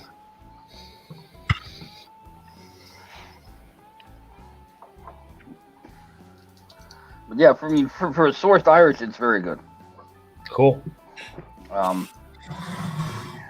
mean, honestly, I'm curious to see what the distillery puts out themselves when they get there, but that might be a while. Yeah. I think they're only a year or two old. Yeah, a lot of distilleries in Ireland are like that right now, just either coming online or maybe at the most 4 to 5 years old. Yep. Yep. Interesting future ahead, that's for sure. Yeah, we'll see what becomes of it. I mean, because you're not tied down by some of the same laws they have in Scotch. Indeed. That insist on, like, oak. You can just use wood for finishing. Yep. So that's why that's why you've got all these crazy finishes coming out now, like mulberry wood, acacia wood, chestnut, wild cherry. And there's probably going to be a few more, really mad experiments with that coming down the pipeline.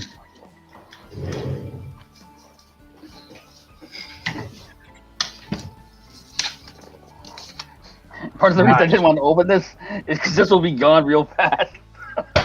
Yeah, and right now I have no line on another bottle of it, unless I go back down to Connecticut. Maybe.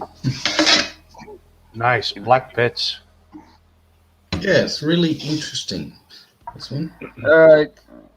Everybody bow to the Australians who were showing us up. Wrong way. I'm not showing up. I'm sure you, Okay, should, Mr. you, Cosmic you guys should Collection. be. You should get it. Yeah, they have it in the I'm- U.S. Yeah, the U.S. They get it. The interesting thing about that, Yeah, I can get the tealing. I'm just like they're pulling out the big guns, and I'm drinking blended Irish, and I lost track of what you poured, Donald. yeah. Well, I'm drinking. Well, you know what I'm drinking, so Middleton. no Blue Spot. Blue Spot. Blue Spot. Fuck you. Yeah. Yeah, we can't get that here. Yeah.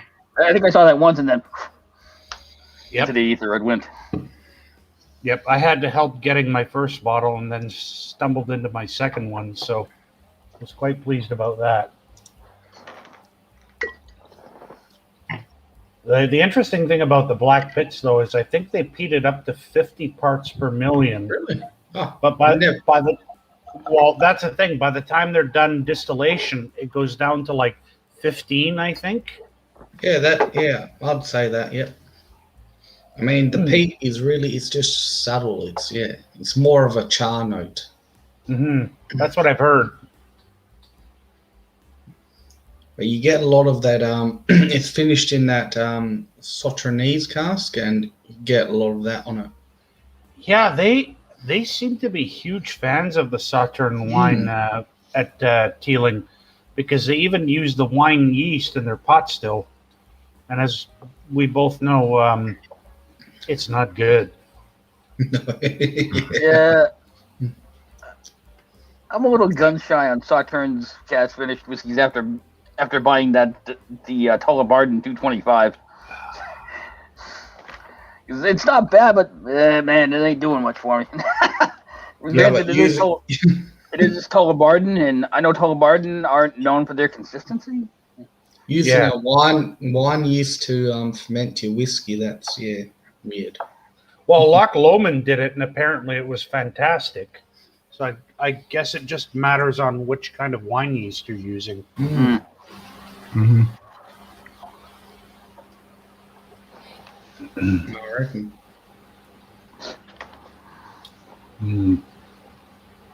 If you really, really love, the Cadbury fruit and nut chocolate bars, this has got it going on the finish for days.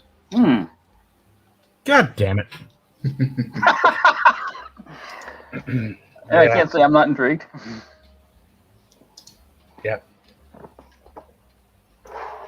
Yeah, I don't know why they wouldn't bring it to Australia. I mean, they haven't brought it to Canada yet either.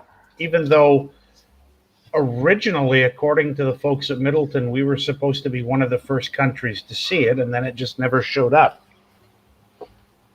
And if it did, it probably only showed up at one store in Alberta. Yep. I don't even know how to respond to that, Dustin. Bravo.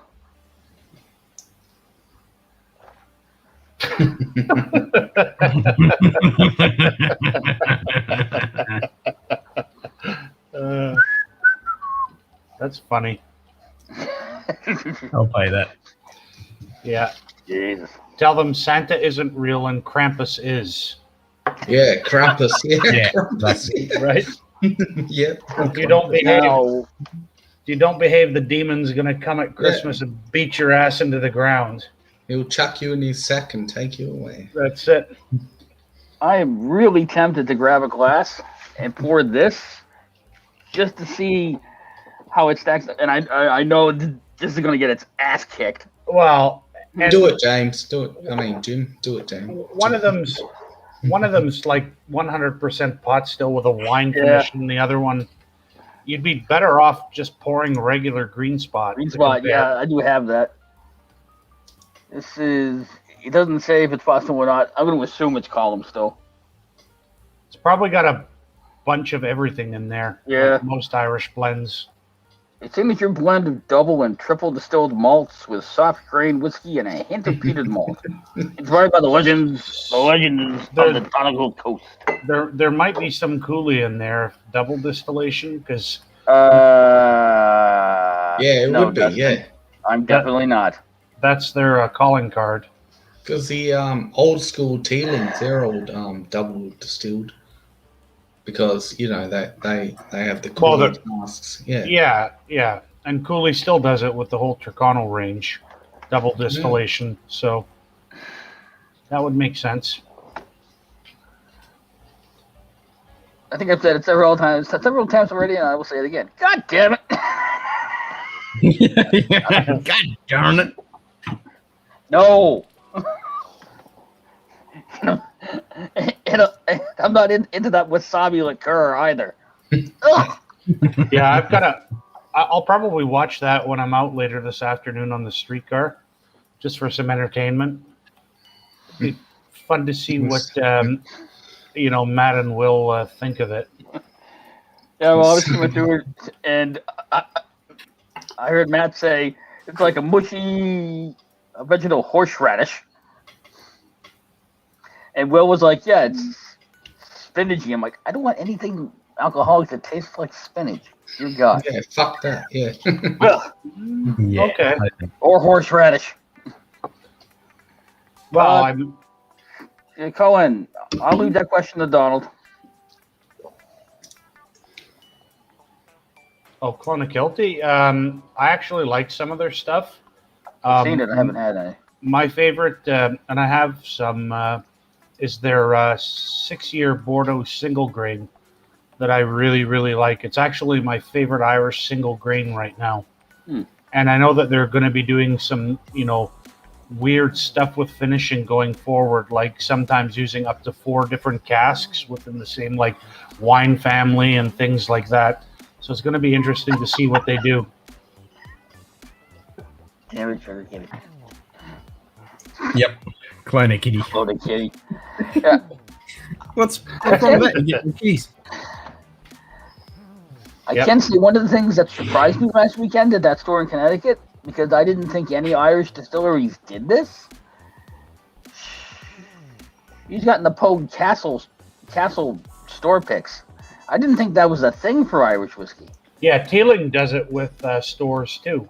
because they've had like specs and Vinnie's exclusives all throughout the U.S. Yep. I think that was a thing for Irish whiskey. Cool. Yep. Yeah, over here we had a Teeling finished in Shiraz casks from Australia. Yeah. Yes.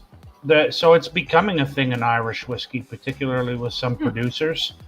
Cool. It's going to be interesting to see going forward, like how they do it, especially like somebody like Teeling, where you're not going to have all that old stock of single malt sitting around. Yeah. From Cooley. Exactly. Yep. I mean, go ahead. Teeling, they're running their own distillate now, aren't they? Yep. They are. I think some of their stuff is still sourced. either sourced or a blend of sourced. Well, and some of it's their own stuff. So basically, anything with an old age statement is going to be their leftover stuff from Cooley when they negotiated the 16,000 barrels from Cooley when they left. The younger stuff like the pot still, some of the single grains, small batch, black pits, small batch, that's all their stuff. Oh, sweet. Yep. That's an American who's their head distiller right now from Oregon, I think. Really? Fuck no. I don't know if that's a plus or not. No, I just had some Oregon whiskey earlier from Westland. It's pretty good stuff. Okay. Yeah, I mean, I have to say that I'm happy to see that there are all these distilleries in Ireland popping up. Well, like these guys who I can't even begin to pronounce their name. Silky. Gary Shialiag. What about the Whistler? Apologies to the Irish. Glendalough. I know there's other. I guess Teeling would fall in this category. Do you get the Whistler over there, Jim? I've seen the Founders Reserve, and I've seen, I think, the NAS. I don't think I've seen any of the age-dated ones, to my knowledge. I may have seen the 12. Yeah, 12 is good. The Whistler 12. But what about you, Donald? Have you seen the Whistler brand? He's got Whistler 17. Fuck him. No, I've seen some of the Whistlers here. None of them have been really worth chasing. Yeah, they're all sourced. Oh, you're the Irishman. I'm sorry. Never mind. Yeah. They're all washed. They all look the same. So basically, the rough translation or pronunciation for that is sleeve leak. Sleeve leak. Okay. Yeah. The point I was trying to get at was that it's my hope that a lot of these smaller distilleries that are coming online in Ireland will be able to expand what they're doing and add to it. Because right now we have just an absurd amount of Cooley and Middleton, and it's like, well, you have to. All right, already. Yeah, but you have to remember, they were basically Cooley came on in 1987, and then Middleton and Bushmills were the only two distillers left for a decade. And, Middleton by far and away is the world's largest distillery. They're putting out 64 million liters of distillate a year. Damn. So, and they're expanding again. So they went from three 75,000 liter pot stills up to 6. And now they're looking to expand again, apparently. Wow. Jeez, fucking hell. So, from what I've heard, they're going to be getting, if they do the expansion, they're going to be getting close to 100 million liters a year. That's crazy. Going through. Wow. Plus all the new aging warehouses and everything. It's insanity. And I mean, I guess one way to look at it is over here in the U.S. we have MGP, who there are countless small distilleries and NDPs who are leaning on MGP to support, either because they just source or because their distillate's not ready. That's right. So they're using MGP distillate to bridge the gap. Yep. So I guess in Ireland it's the same concept with Middleton. Well, and also with Great Northern, because they're going to become a powerhouse in Irish distilling because they were founded by John Teeling Sr. So Yeah, didn't he sell Teeling or something? Well, no, his sons run Teeling and Dublin. Oh, He yeah. founded Great Northern, and basically their whole mission is to do whatever you want. They do column still, pot still, triple distillation, double distillation. They do peated, unpeated, partially peated. Like, it's crazy. Sounds interesting. I just googled Great Northern Distilling and found the wrong Great Northern. Over here we have There's also a Wisconsin distillery under that name that has nothing to do with Irish whiskey. we have a beer called Great Northern over here. Cool. All right, I'm going to go get one more pour for this afternoon. I'll be back in a moment, guys. Yeah.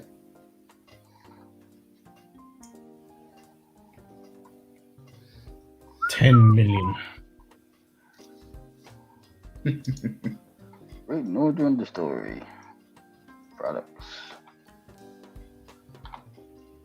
Waterford. Yep. What about Waterford? Waterford is pretty good stuff.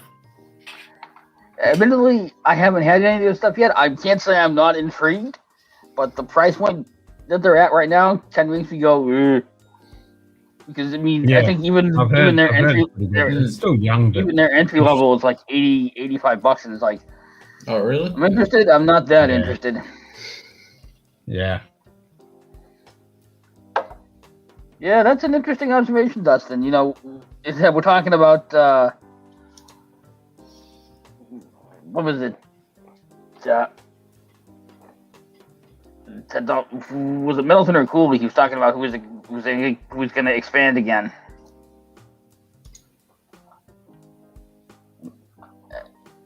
And over here we have we're like, oh, look at Buffalo Trace, and they're making 10 million barrels.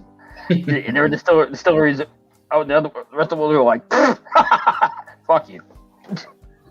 Yeah. Gerben makes more. Yeah, Dustin and Cohen. That's kind of where I'm not ready to say they can go to hell, but I agree their pricing. I want to try, but the pricing puts me off, for sure. Yeah. But I have heard good things.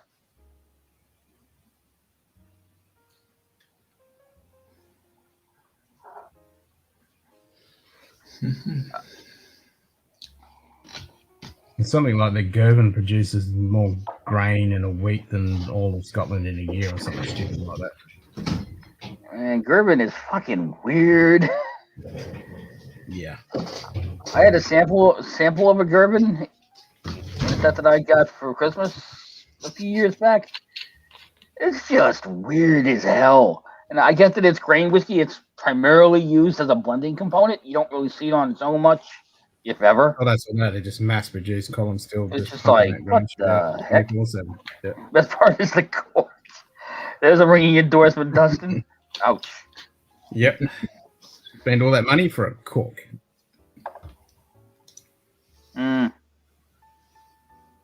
Easily.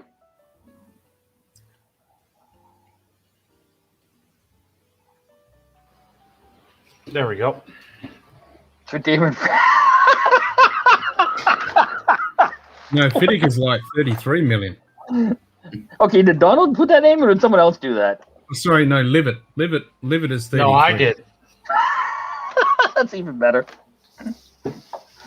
Yeah. That's why I didn't buy Bimber either. Yeah. What are you pouring, Donald? So somebody asked about Clonakilty, so I just had to go and grab a bottle of it. So it's the Bordeaux finished single grain that I really like. It's one of their initial batch releases. 43.6% non-chill filter, 6-year single grain, and I have to say I'm really enjoying it. I didn't think I would like it as much as I do. Ah, for a single grain, that's pretty young. Yeah, and you know what? It's something that Matt Zitrick and I have often talked about. Like, why is it single grain whiskey in Ireland can come out good when it's younger? It may not be the best stuff in the world, but at least it's palatable, it's nice, people like to drink it. And then young Scotch single grain can be absolutely horrid. Exactly. Yeah, might have had something to do with malted barley versus unmalted barley. well, this is And basically pot still versus column. it's maybe, but this is pretty well, mostly corn and other grains. So yeah, it's just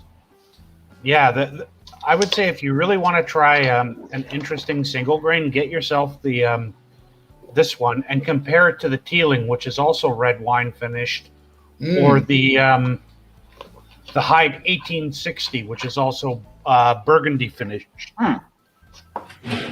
Weird. Yeah, those three are pretty well on par. Yeah, Clonakilty's in Cork, go in. It's I might even be able to give you the postcode from the label. Yeah, so 21 million. Callan's 15, Glenfiddich's 13. yeah, so the waterfront, Clonakilty, County Cork, P85 EW82 Ireland. There you go.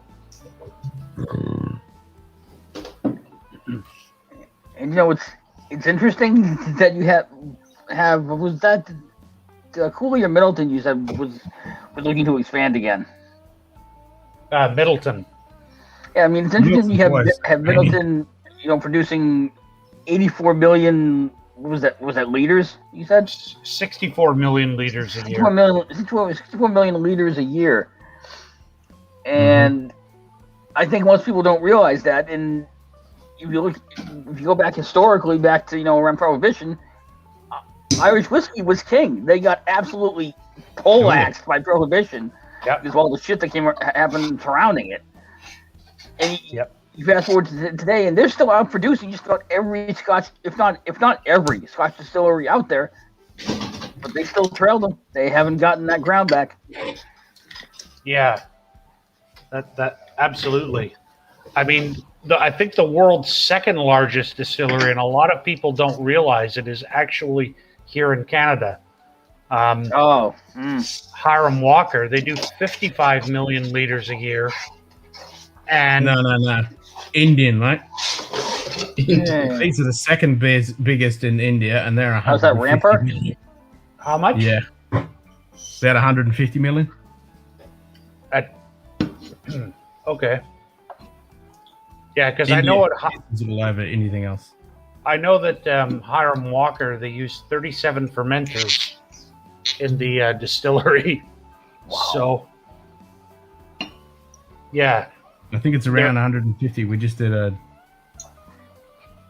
review on this one. And I gotta watch that review. Yeah. That was the one you were putting together on that Patreon only stream that I was sitting in on. No, that was the one different. Yeah. But this is a another grain whiskey. I'd only started on the Rempo one. Oh, okay. Hedonism. No, the hedonism. Yeah. Columbus box. But they're using between, I think, like 18 to 25-year-old grain whiskey. So it's Clonakilty Cork? Yeah, it's Cork. Yeah. Yep. Yeah. Never had any Rempo. Have a watch. It's fucking interesting. It really is. It's different. So Cohen mentioned Bimber, and the problem that Bimber is running into is that they're a relatively new distillery in England, and the demand for their product is absolutely insane. Exactly. Just insane. The prices are approaching bourbon on the secondary market. Pretty much. People are snapping them up and selling them for hundreds of dollars. It's crazy. Yeah. Like people go to the distillery, buy the bottles, and just flip them. It's nuts. What about apparently, I don't think Cotswolds has the same problem because oh god no. Apparently Bimber has threatened to make everything a lottery item now. Really? Fucking hell. Yeah. Wow. Hashtag boycott. Fuck that. No, just to keep the the resellers from buying everything up and then reselling it. I'm for that, because that's Bimber going, okay, we're tired of you arseholes buying everything we produce and flipping it for ungodly profit when there are people who really want our whiskey who can't get it. So now it's a lottery. Fuck you. Okay, yeah, fair enough. Yeah, I'll support that. Yeah, and then on the other end of the spectrum, you have the Ontario government here that's just like, let's make all Ardbeg outside of the 5 and the 10 lottery items because we charge, pretty much double any other location in the world. And we're not going to fix that problem. We're going to do it because people have been buying Ardbeg from Alberta, returning it to the LCBO, getting a credit note, and then buying something else. So let's just ignore the problem, not fix it, and fuck everyone over. That's a fair point, Dustin. I can't argue that that's probably going to happen. That's fair. Yep. But speaking of the LCBO, when you were giving us that tour of that store you were in, I was trying not to laugh because it was just amusingly dated. Like, it looked like a mall store from 30 years ago with the fonts and everything. Well, they do that deliberately. Like the other LCBO store that you guys probably saw that I was in was like in a former train station where like the great ticketing hall is like thousands of wines, and then the actual track maintenance depot they turned into the whiskey section. I like it. Yeah. But that store close to my work, they did that deliberately. A lot of the stores are kind of minimalistic that way. Fair enough. Is that the Ram Persac? Nice. No. It's funny how that was pretty cool. It's funny how a lot of distilleries use the cloth bag and change the color. Mm-hmm. Like you've got in Texas this brand called Texas Crown, which is a direct Texas Crown. Yeah. Which is it's a direct stupid knockoff of Crown Royal. And Never the fuck did you knock off Crown Royal? Fucking hell. In a black velvet bag with a big Texas star on it, but it tastes like Crown Royal. And apparently it's awful, but the first time I saw it, I just laughed. Now those people are of all the things to knock off, why them? Someone respects. Nobody respects Crown Royal. Well, apparently it sells like gangbusters in the U.S. Like Never even heard of it. love it. Well, People are fucking idiots. Like Crown Royal is one of the best-selling flavored whiskeys. stuff. Yeah, the flavored stuff. I mean, I do have Crown Royal black. The peach? No, the Black. Yeah. Okay. Yeah. And it kills me because they're capable of doing great stuff. If you look at the Noble collection, they're capable of putting out excellent whiskey. It's just what the fuck would they don't. They aim for the least common denominator. Well, not even the biggest Noble market collection.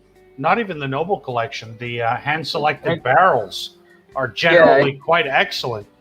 Except to get those, you have to have access to some special whiskey portal, because I have never seen one of those on a shelf ever. I've had people message me in the U.S. on Discord and be like, "Hey, look what I found today," and there was like 20 or 30 of them on the shelf. You're like, "Fuck you." Yeah, because they're not available in Canada, and any one of them that I've had to have, brought in from the U.S. Even the latest, the 16-year rye wasn't available here in Canada. Yeah, that's a shame. Crown Royal basically saves all their good stuff for the U.S. market, their number one market. Yeah, see, people love Crown Royal, absolutely. The hand-selected stuff in Kentucky, yep. That's a fair point by Cohen there. Even if it is a low blow with the Australians, fair point. Not fucking wrong. That's true. Australia or Canada prices. Yep. I mean, the only other Crown Royal I've ever bought besides the 16-year-old rye, which is great stuff, I'm gonna have to get a backup of that before it vanishes, is the bourbon mash, which at this rate I'm never going to open because it's not worth opening. Yeah, I would love to get another hand-selected barrel personally, because every one of them that I've had has been ranged from very good to stellar. Yeah, come on, have it. I just haven't seen one. Yeah, it's about the only crown that I would, chase down. The rest, they can go to hell. Well, they're already in hell. They're in Gimli, Manitoba, but that's a whole different discussion.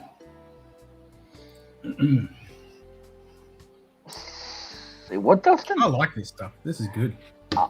I know there was a 13-year-old Noble Collection Blenders mash or bourbon mash. The bourbon mash I'm talking about was the non-age statement. The bourbon mash one they had to relabel because the whatever it was, TTB 18 whatever it was came after them for labeling, putting bourbon on the label even though it was approved. They're like, okay, we'll change it.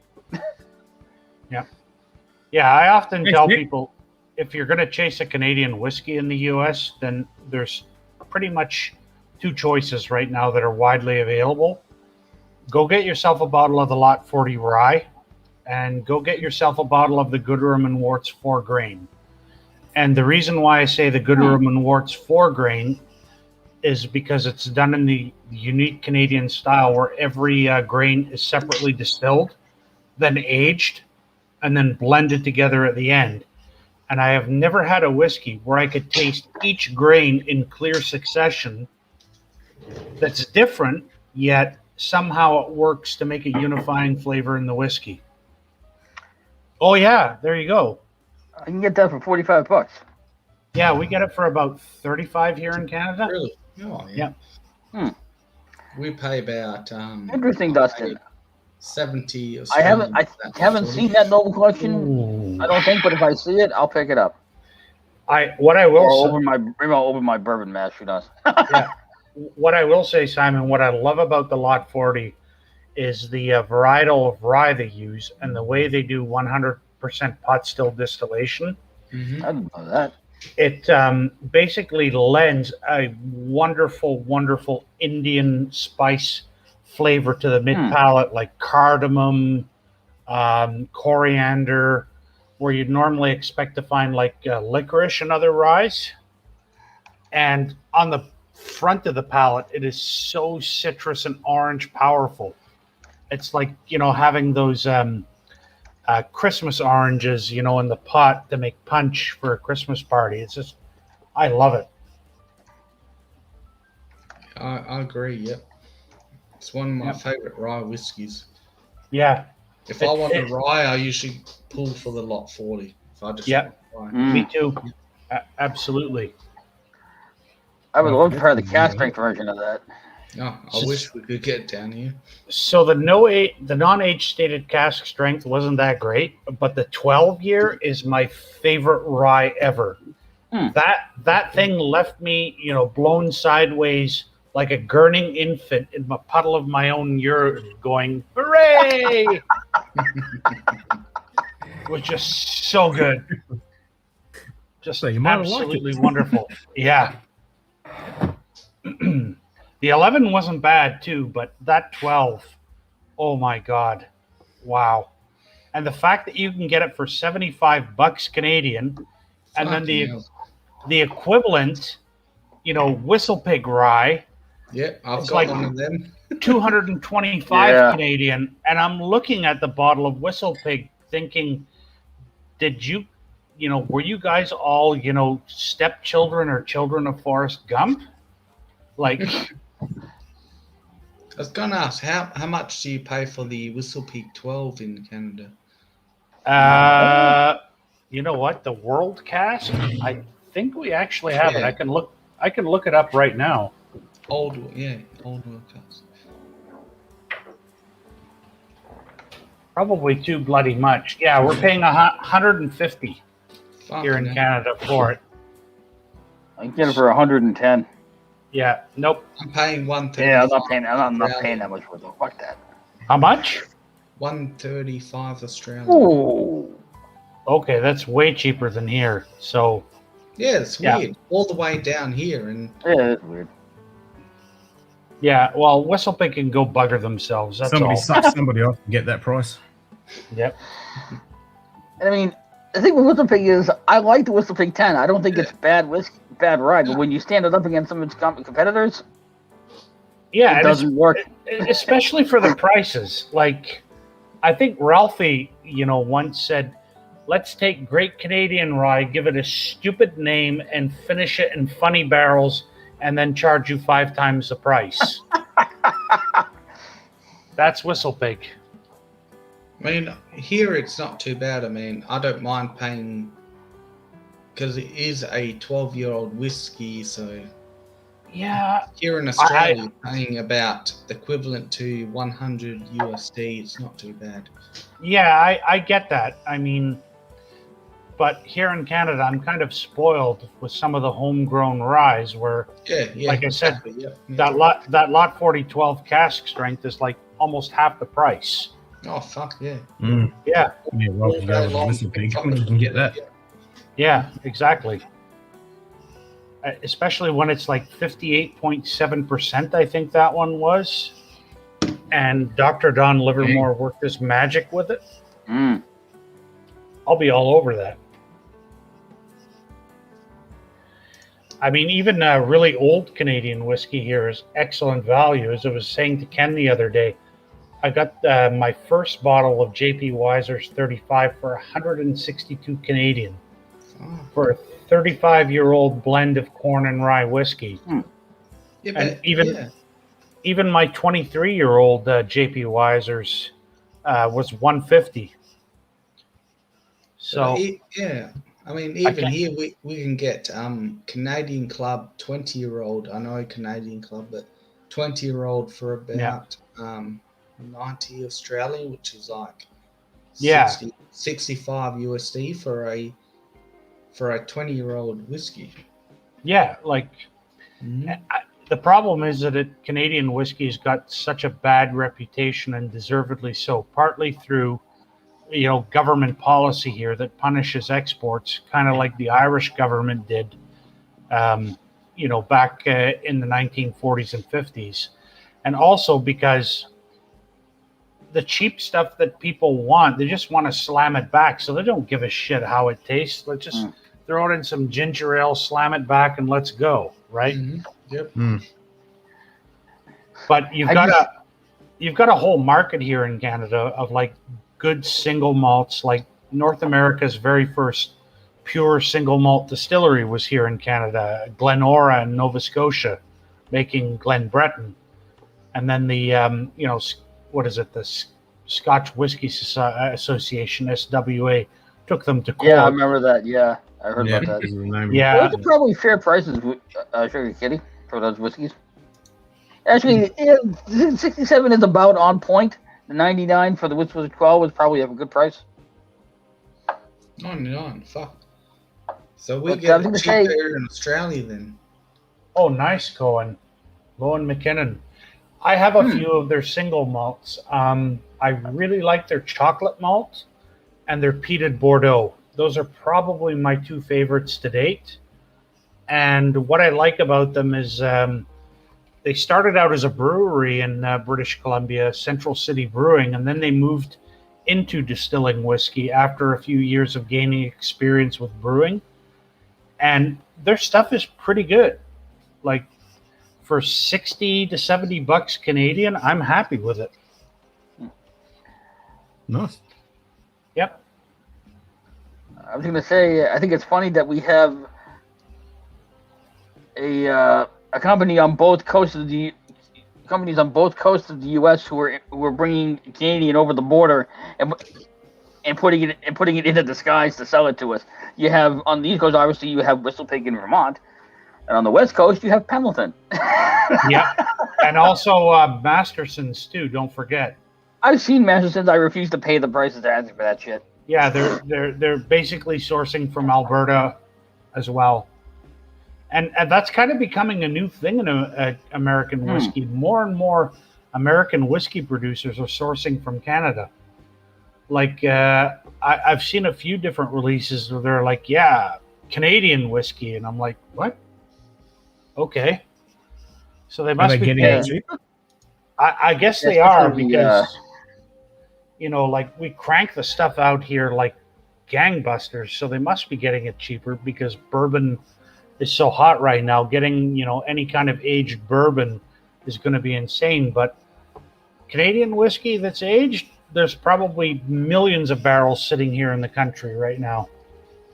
Yeah, I mean, I can think of two small NDPs who have both recently sourced Canadian. There's Hunt and Gather, who got a shit ton of attention because their first lot was that Beam Tote whiskey, that bourbon that everyone was going nuts over, the 15-year-old tote stuff.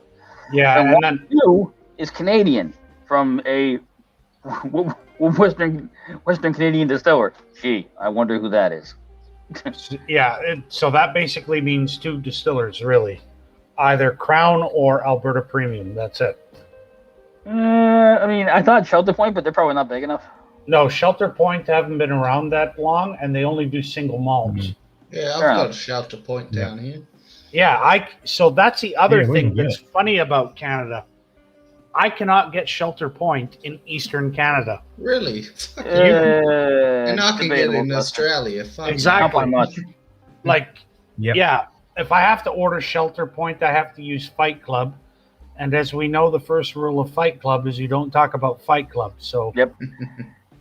Yeah. Yeah, Cohen. You want to know what I think about? When I think about NAS JP Weisers? That. Yeah. What about Pike Creek? Do you guys? Pike Creek used to be better when it was a port barrel finish. Yeah, now exactly. They moved to rum, and I don't like the rum one nearly as much, so I don't buy it. That's the one we got, the port finish. So if you guys have the port finish, that was discontinued here in Canada maybe 2 to 3 years ago. Huh. Oh, fuck. Yep. Okay, I need to get some then. Yeah, need to stock up. Yep. Pike Creek 10-year-old port. Yep. The other NDP I was going to mention, they're actually right here in Massachusetts. They're a little company here in Massachusetts called Found North. And they sourced their first 2 batches from Canada. And one of them was a rye, and one of them was just a whiskey. And the whiskey dick Bill, he talked to one of the guys who was involved in that, and the way he described it, the distillery that they ended up working with, the master distiller there, basically gave them an earful and schooled them on Canadian rye, because basically what he told them was, you guys don't know how to make rye anymore. You haven't made rye properly in decades. So because the stuff that the samples they were getting, they were complaining there's too much burn on this, and it's too hot, and the distiller in Canada was like, that's how it's supposed to be. That's how we make it. That's proper rye. Yeah, it's basically having like proper rye supposed to have notes reminiscent of like chili powder on it. Like a lot of the Canadian ryes I get have a lot of that kind of spice. Whereas American ryes, a lot of them, a lot of the American ryes that I've had are basically high rye bourbons. Exactly. Yep. I agree. Yeah, I've had only one 95.5 MGP, and that was Bullet, and it was pretty good. Yeah, not bad. I prefer it much over the Rittenhouse, because the Rittenhouse was just like bourbon with a smattering of rye that tasted like orange creamsicles. And it was like, where's the rye on this thing? Like, yeah, here Rittenhouse is like 87 Australian, which is about 65 USD. Yeah, I get mine for 55 Canadian here, the Rittenhouse. Damn. Yeah. That's yeah, but I'm not going to buy another bottle. Yeah, no. It was okay, and the only thing I really liked about it was that hard plastic screw top, so it's going to be one of my infinity bottles. Yeah. Yep. So lot 40 is a good rye to get then. Yeah, lot 40 would be, the place where I'd start for Canadian rye or Canadian whiskey in general. Or the I see that quite often on the shelf. I'll have to grab some. yeah, I love it. I'm never without it. And if I am, I immediately replace it. I shall acquire some. Yep. The other one, like I I'll said, pour Ken, some in a second. to keep an eye out for it, if you see it in Australia, is called Gooderham and Worts 4 Grain. It's another product by the same people that do Lot 40. Okay. And I know it's got better international distribution lately, so. German Warts 4 grain. Yep. No, fair I'll enough. stick that in the old brain bank. There you go. Which one's that, Jim? Damn it, I want some now. That's the regular base Lot 40. The labels look different. You've got an older label there, Simon. Is that older? Yeah, well, we got the slow boat to Australia, so we got slow shit boat. 5 years ago. Yeah. Yep. Yeah, we used to get the age-stated one was 7 years old. Yep. No, Lot 40 is between 7 and 9. So it just basically depends on, when it's ready in the barrel, because it's remarkably consistent. Like, that's one brand that keeps super consistent, the base Lot 40. And I don't blame them, because I'd be a little thrown off if tomorrow I got something different in it. I'd be like, no, this is not Lot 40. Give me Lot 40. Yeah, you don't mind if it's a single barrel and it's different, but not when it's meant to be the standard bottling. Yeah, like a bottom shelf core range product. Yeah. Well, like Cohen's saying, Parksville rye 36. Here in Australia, it's 150 Australian dollars. Yep. Yeah. It's about it's well over $100 here in Canada as well. Yeah, weird. Fucking hell. Yep. I wish we got more of the Lot 40 here. I'm lucky to get any at all, but I do see it. Yeah, well, I see it quite often on the shelf. Should get it. So can't touch Pikesville under 45. Yeah, fucking hell. Hell. Yep. We're paying fucking hell, 100. Yeah, we're paying fucking 3 times as much as that. Yeah, we're paying like same, pretty much Australia prices here as well for Pikesville. Well, you are part of the Commonwealth, are you? Yes. Yeah. Commonwealth, bend over and shaft it up the arsehole. Bend over that barrel and just take it. Yep. I am the 800-pound gorilla tax man. You will be my bitch. Yep. Fucking hell. In a fucking round room with only one door. Yep. And then you're told to piss in a corner too afterward. Yeah. I think Jim muted himself. I think he did. Yep. Yeah, because I was in the restroom and I didn't want to pull a bourbon. Do you want to pull a bourbon? Yeah. Having a waz and then, blowing a fart and then, Oh no, it's like, I'd like to go to the bathroom. I don't need to stream on stream. Oh. Yeah, well, I have a buddy in voice chat, and whenever he goes to the bathroom on voice chat in Discord, we can hear it, and it's like, dude, just turn the mic off. We don't need the fucking mic. Like, we don't need to hear your weak stream. Yeah, we don't need to hear your weak stream.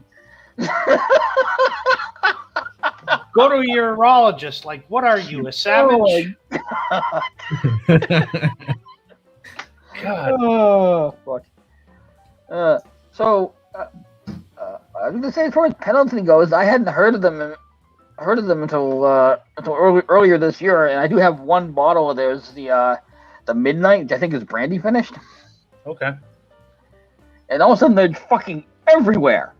Yeah, they're everywhere here too. I'm sure that there's some deep, dark overlord in a corner of Western Canada going, excellent. Yeah. All right, I'll be back in 1 second, guys. I'm going to pull out a little bit of lot 40 just for the hell of it, and then. All right, if you're gonna do that, I'll get a clean glass and pour some with you. Okay. Same.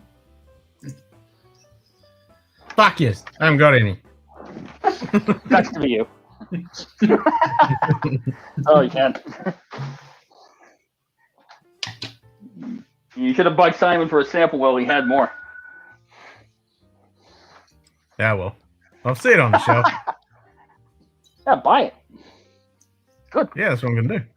You like get it? some money, I'm gonna bust it.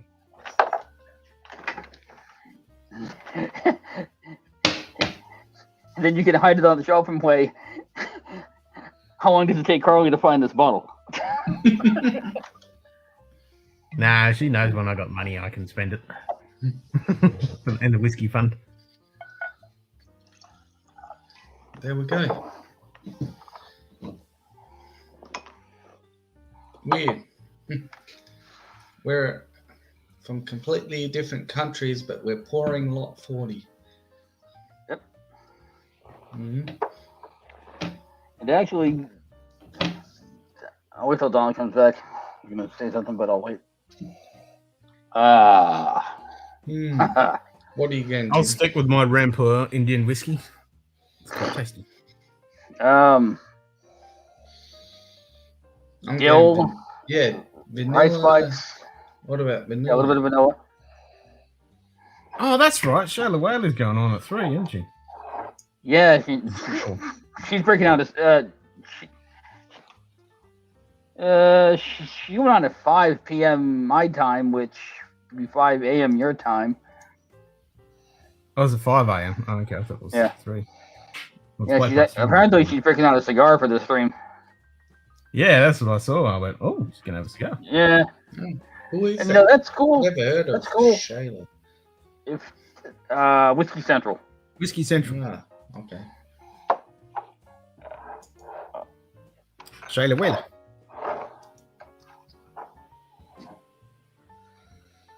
Yeah, it's dill, it's Mint. It's a little bit of mint, which is Mint, funny yeah, because I've never gotten mint on this before, and ever since I got that Redemption 10-year barrel proof rye, now I can pick out mint all of a sudden. Yeah, I've never gotten mint or dill on the lot 40. Really? Yeah, mid palate, it always goes to like cilantro and cardamom for me. Ah. Like green cardamom, Indian spice. Oh, didn't know it, but she's drinking samples or something. Oh, there you go. So I decided to bypass the regular lot 40, and I'm just going to go for the dark oak. No, You fucking dick. hell. You. Yeah. You have to show everybody up. Yeah.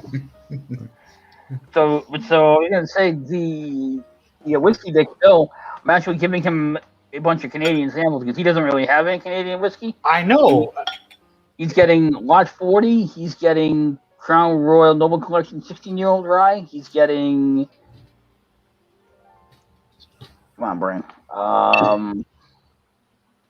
Yeah. Shit.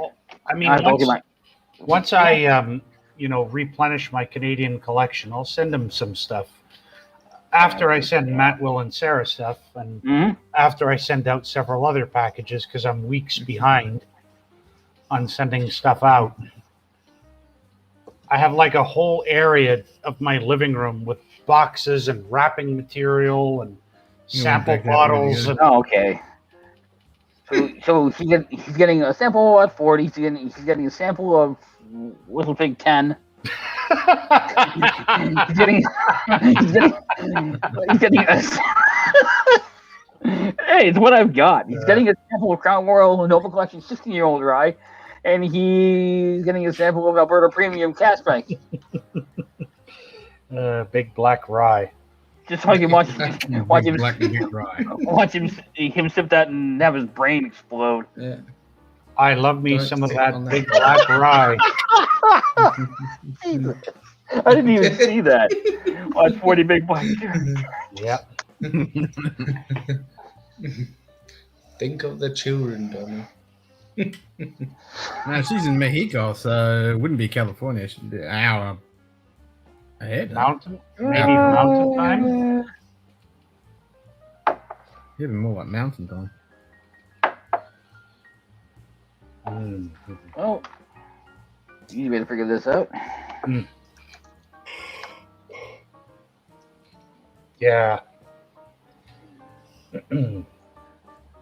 Yeah, the one whiskey I wish that they kept producing was their limited edition Gooderham and Worts 11 Souls. That thing was spectacular. Yep, Like- it is the same with mountain time 1 hour. There you go. Okay. Yeah, Put that out of my head. the last latest release they did for Gooderham and Worts was a 19-year-old 4-grain that was red winter wheat heavy. And it was called the 49 Wellington, and it was absolutely delicious, but I didn't like it as much as the 11 Souls. That thing was an absolute hitter, and I wish I bought more than 3 bottles. I don't know if it's because I've been drinking for a while, so my palate's a little desensitized, or because this bottle was like 3 years old. But this is nowhere near as hot as I remember being. And this is only 43%. I remember this having some punch to it. Now it's kind of. It does have some punch to it, but what I love is in the front of the palate, especially for me, I get like those kind of like Christmas orange cocktail notes with clove and cinnamon and the orange peel, orange. Yep. And then when you start getting to the mid palate, there's a really, really distinct green cardamom and cilantro or coriander note in there instead of like, your typical dill and mint. The way they interact just reminds me of the finishing on top of like butter chicken or something that you would get in a Rogan Gauche lamb curry. And then at the back end, it's like hot buttered chili bread with dry bran cereal. Yeah. Sounds good. Yeah. There was a little spice on the back end. Yeah, like there is. Yep. I think it's been a while since I've poured this. Yeah, same. I pour it regularly all the time, and I've even done blinds with it. It's one of the whiskeys that I've run food experiments with. So what I do with food experiments and whiskey sometimes is I'll be like, okay, I'm getting hot buttered, bread with chili powder on it. So I'll go over to the toaster, make like a really dark pumpernickel or some kind of dark, very heavy cereal forward bread, put the butter and the chili powder, and then boom, they match up. Nice. Yep. That was pretty fucking good.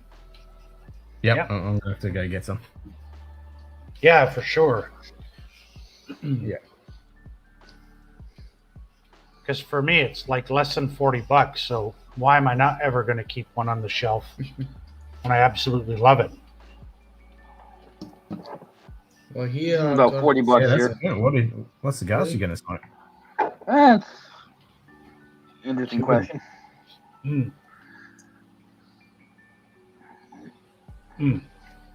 This dark My oak. unit all is quietly settled down now. It's fucking sits at a good temp, good humidity, So this dark oak, because of the second heavily charred barrel, adds a hell of a layer of sweetness to it, much like you'd get in the Woodford Double Oak. Similar concept. Okay. And I really, really like it.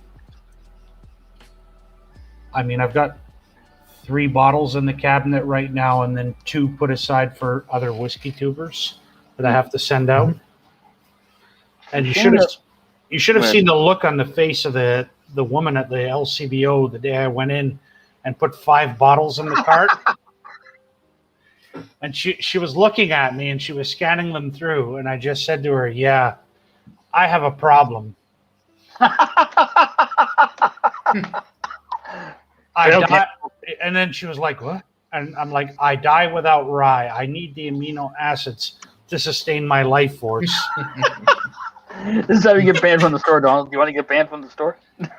Well, I, you know what? Next time I do it, I will capture it on camera. But I did do the entire clicking of my boots and saluting going into the store one time. All I need to do is basically capture it on camera and be like, "Jawohl, mein Führer." We're here for my shopping.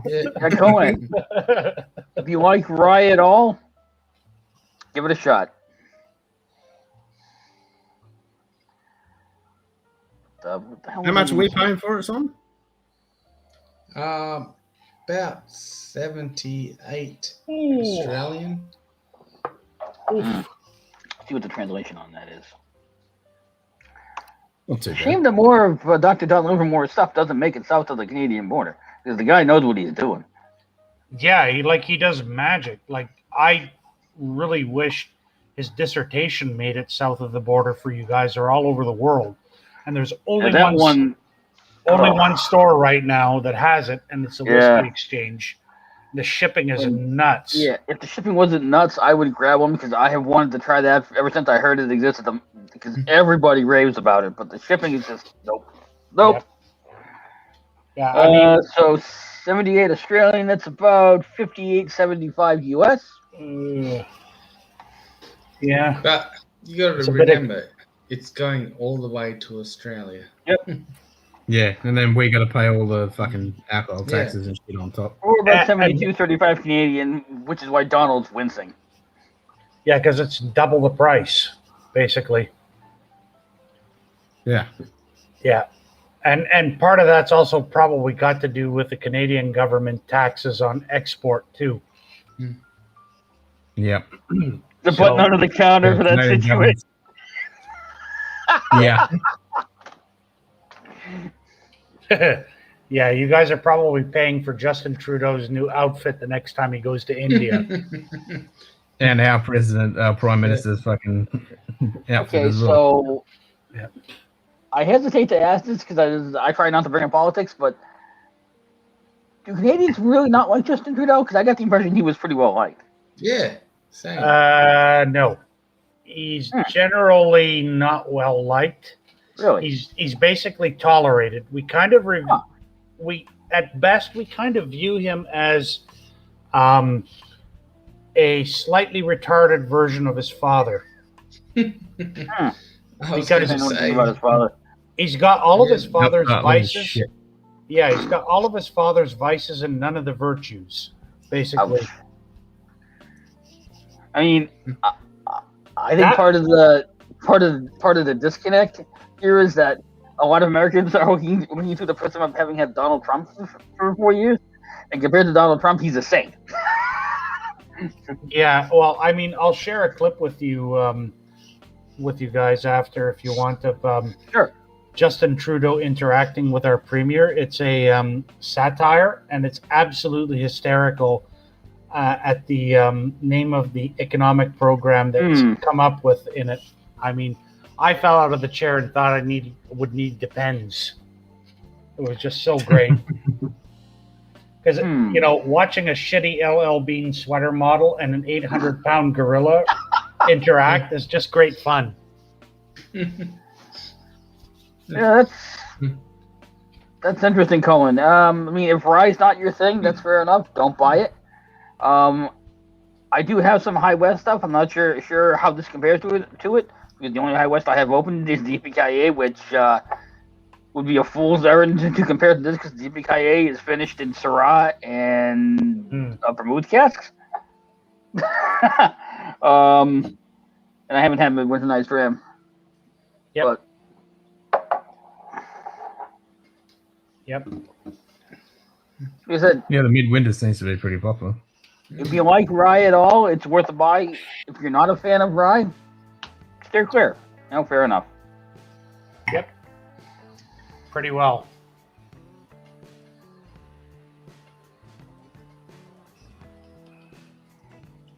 Where the fuck are the rest of our American Drams. It's 4th of Well, it July is. weekend. I'm Yeah. guessing that Yeah. people are Nice little either weekend. at cookouts, on vacation, camping. But still, it's Oh, maybe. for them. I've heard of that It's a- one.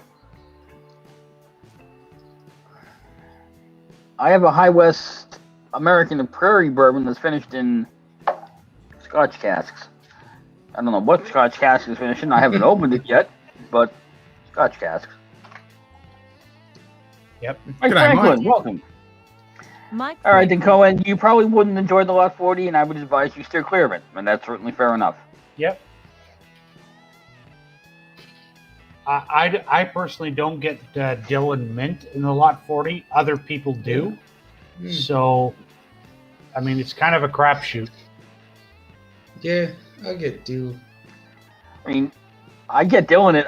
I've never gotten a ride one day, and I stepped it today and went, huh? Because all of a sudden there was a rhino going. Yeah, well, that was the whole thing. I hear from Americans all the time. They're like, I get Dylan ride, Dylan Mint, ride. rather. Or even mint. Like, I've gotten mint on occasion, like on the Bullet, especially the MGP. But like Canadian Rise, I don't get it at all. And I've asked other, people in the community that are Canadian that, drink Canadian Rye, and they're like, yeah, I don't understand the whole Dylan mint thing either. I mean, it's not a strong mint. Like, it's not like a peppermint, peppermint York patty punch you in the face mint. It's a very subtle mint, like Yeah. a light spearmint maybe. But there's definitely a little mint running through there. Okay. It could be that's part of the dill and I don't recognize it, but I'm picking it up as a very, very subtle mint. But there's definitely a bunch of dill there going. Okay. Yeah, see, I don't get that at all with Lot 40. I Which mean, I find interesting. It's not as strong here. Here, like with the Alberta Premium, that's basically dill forming a fist and punching you in the face. You know what? I don't even get dill on the Alberta Premium.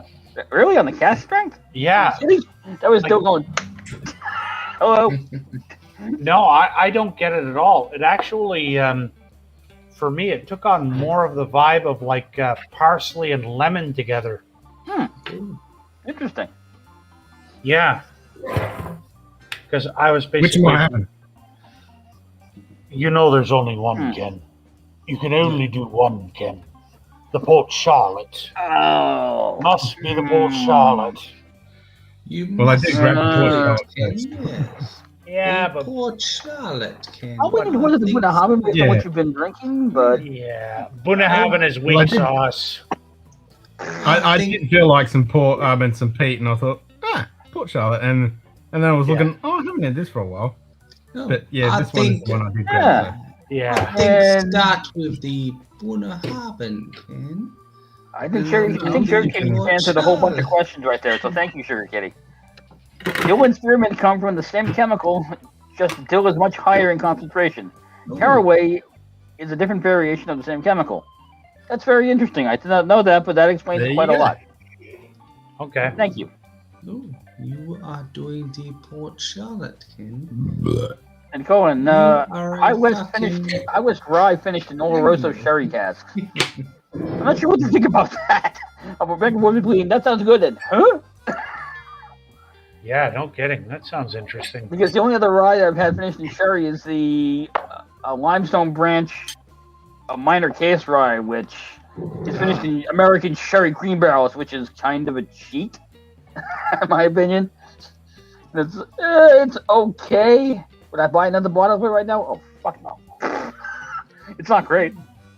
It's basically rye with a sweet wrapper around it. I think that is right, Jim Morrison. I have customers that make flavors, so I hear about that kind of stuff. Oh, cool.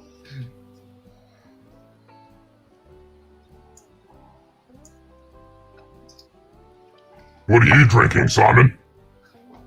What are you drinking, Ken? What are you up I'd ask to, you first. kid? I don't know. You know what I'm Ken. drinking. That looks like some bullshit, Ken. What? Oh boy. Fucking hell. Yeah. That's actually probably my favorite peated whiskey. Mhm. I absolutely It's adore it. definitely way up there for me. Yeah. It was the one peated whiskey that really taught me to love peat. I liked it before, but yeah.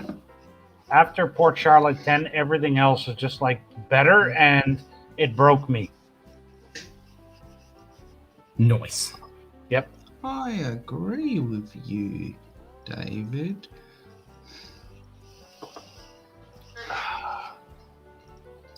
I think Simon is drunk.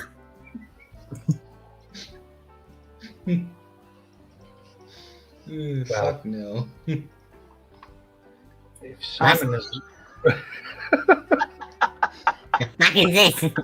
The fuck was that?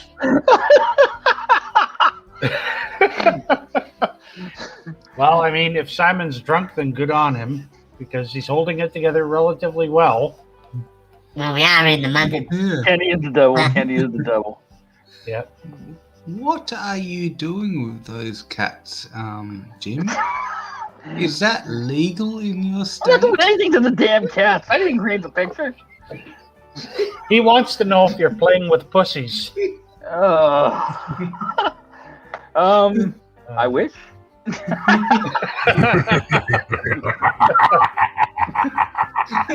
Hang on, it doesn't work if you can't see my face. Like one thing that a lot of people get thrown off by is do you remember the old sitcom Ken, Are You Being Served? Yes. I love it. And every time Mrs. Slocum would bring up her pussy in an awkward situation, like being up a tree or being behind the boiler, having the neighbor frighten it. Yep. That's where my mind goes whenever I see like cats in a meme. It's like, oh yeah, that's Mrs. Slocum's pussy.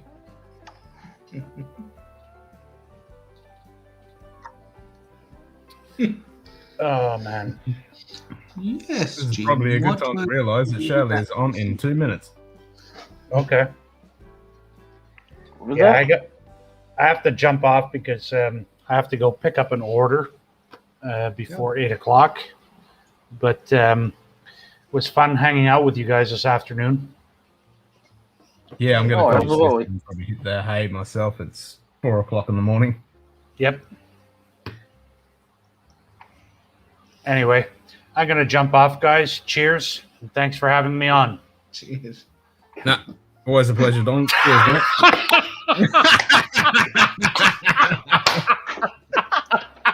Oh, Nice. that's from one of the first episodes, Dear Sexy Knickers. I remember that. Oh, man. Jesus. Oh, You're Jim. welcome. Thank you, sir. That was perfect way to end. All right, guys. Take Nice. care. Cheers, Donald. Cheers. Cheers.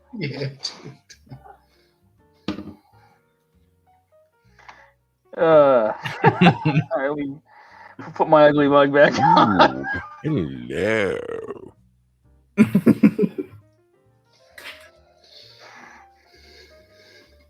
All right, so Sugar Kitty's heading over to Shayla's Patreon stream, and Ken is like, "I gotta go to bed, man.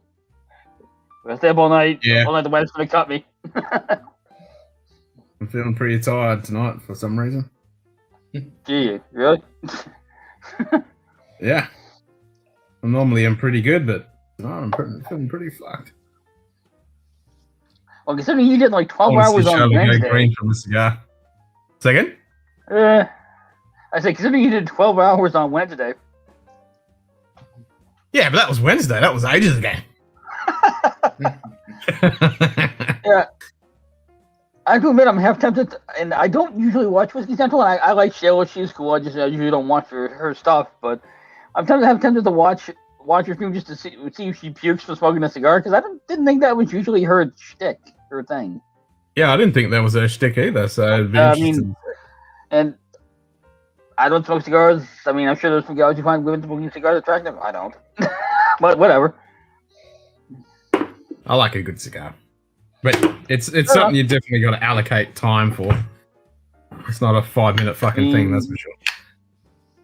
My grandfather and my uncle used to smoke cigars years ago.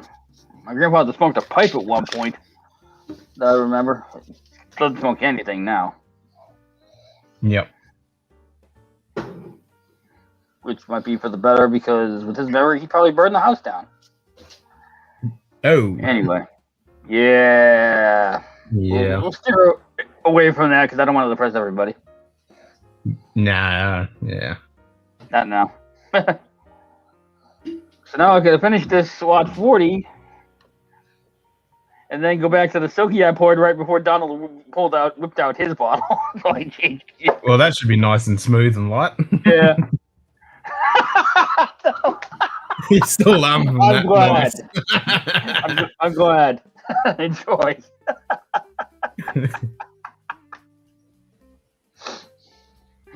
Well, that is true. I'm allowed to feel a bit shit every now and then. When my back's fucking killing me. My eyes are feeling a bit fucking worn out. So, yeah, I'm allowed to feel a bit knackered every now and then. Yeah, I mean, you've been going for 6 hours now, I guess, because you started, well, if we count 11 o'clock as your start, it's 6 hours, I think. Well, I was here at 9:30. Yeah, I know that. Setting up. Yeah, and then Julie came in at 10. 5 hours. I apologize. Officially started streaming at 11. Yeah. But if we count the pre-stream, we were doing tech support and waiting for people to show up. Yeah, you've been going for like 7 hours. Oh, that's about normal. That was hilarious. Donald just about fell out of his chair.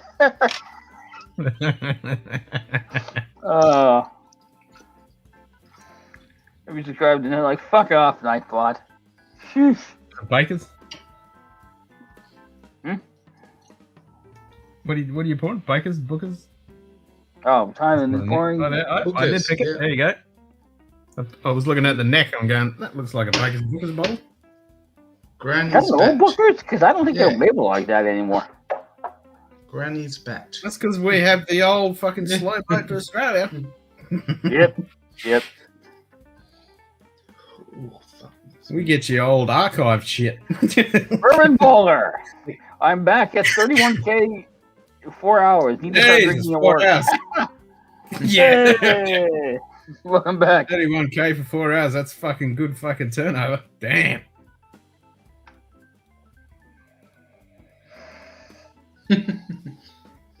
You too. Yeah. That's a good fucking turnover. You know what's What funny? are you drinking? Jim? I'm finishing off that in Lot 40. Ooh. You know what's funny? I think you had the Nightbot turned off for the watch party, right, Ken?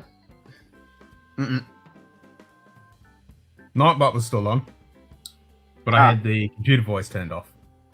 Because when I turned it back on, she announced everybody that came on. Maybe, yeah, I remember that. Maybe Nightbot was just quieter during the launch party because ain't nobody missed her. No, exactly. She wasn't so naggy. Tonight What she's the been fuck? We "Oh, I need know. to catch Shut up. Yeah, give us a fucking rest. That's a good question, Cohen. Send Simon, each of you guys the how much is Booker's in Australia? Price. 90 USD. That's not a horrendous. Yeah. That's about, I want to say $10 over MSRP, $15 over MSRP, something like that. That's not horrendous. Yeah. And because Doug Ford versus JT clip. I'll watch that, Donald. Oh God, Doug Ford. Yeah, what's that? Oh no. Yeah. Yeah, I can imagine that being kind of awkward if Doug's anything like his brother was. Holy fuck. So, Doug's brother was Rob Ford, who was the premier of Ontario, I think, or the mayor of Toronto, something like that. And he was a hell of a character. Like, this is a dude who was like doing blow in office. Oh, I think I remember that. Yeah. Donald, yeah, you're getting fucked in the ass there. Don't buy. 120, yeah. Well, we're paying more than that. If it's You just said 90 all. No, yeah, 90 90 US. USD. Hang on. So about 150 Australian. No, 120 American we're paying. I'll tell you in a second. I mean, sorry, we're paying 90 American. Yeah, which is about 150 Australian. Oh, 120. 120 Australian. Yeah, 120 Australian. Yeah. From 90? No, it's a bit more than that. No, 120. I literally have Google pulled up, Ken. I'm looking That's at not Google. 90, that's about 80. I have Google pulled up. 90 US dollars is 120 Australian. Mm-hmm. Oh, okay. 90 Oh, that's Australian good. is 67.73 US. Excuse me. 67? Crack smoking rare Toronto. Yes, Donald. Yes. Crack smoking mayor of Toronto. Yeah. Yeah, and The price of Doug Ford Australia. is his slightly less vice-ridden brother. Yeah.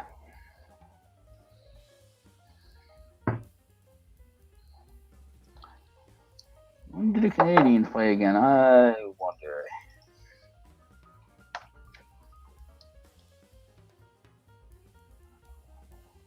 Because there's 111 out the door. Oh, shit. Monday. 111. Fuck no. Weird. How come we get Good price, Colin. Okay, now. You coming in to get a Red Bourbon Baller? Ow. With Bourbon Ballers in Washington, where they get the U.S. equivalent of the Australian bend over the barrel and take it up the ass. So Oh, they do, yeah. fucking state tax they have crap. absurd taxes in Washington State. Fucking hell. Yeah, I've heard that. It's more like a slap on the ass. We get shafted. It's more like a slap compared to what we get. That was a nice diversion. But with Booker's, at least, yeah, we paid 90 USD and we get the full 750ml bottle. Jesus. That's 90 So before tax, 111 That's after tax. crazy. So, yeah, $20 in fucking taxes. compared to what Wow. Yeah. We pay $57 something per liter of alcohol just in alcohol tax. Now, you have to realize that my perspective as someone living in Massachusetts, we don't get taxed on our alcohol at all. Whatever the price is on the tag, that's what we pay. So that's the same, that's yeah, blowing but my it's already fucking included mind. all the taxes. Yeah, all the shit's already included in our prices as well. Yeah, Donald, I just looked that up.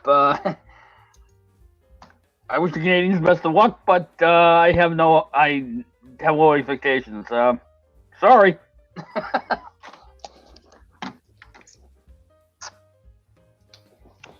And back to my happy little life. Feel sorry for you paying that. Yeah, that's one thing. At least, like, we get shafted with taxes, but at least the ticket on the fucking price is what we pay. Mm. There is some stuff that they say X GST, which is that's the 10% GST. That's on anything and everything. Well, this Irish is kind of reminding me of the Naked Grouse in that the nose is just glorious. It's all butterscotch and sugar cookies, rich buttery sugar cookies, and the palate has none of that. The palate is. Yeah, I wish for Baller. If I could, I would, buddy.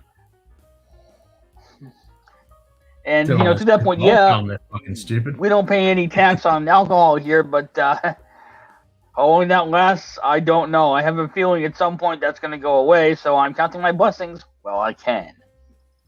Yeah, true that. I'll tell them, fucking Bourbon Baller. Oi, you cunts in WA. Yeah. You're fucked. Like, take it back. You shouldn't say there wasn't any of that on the palate.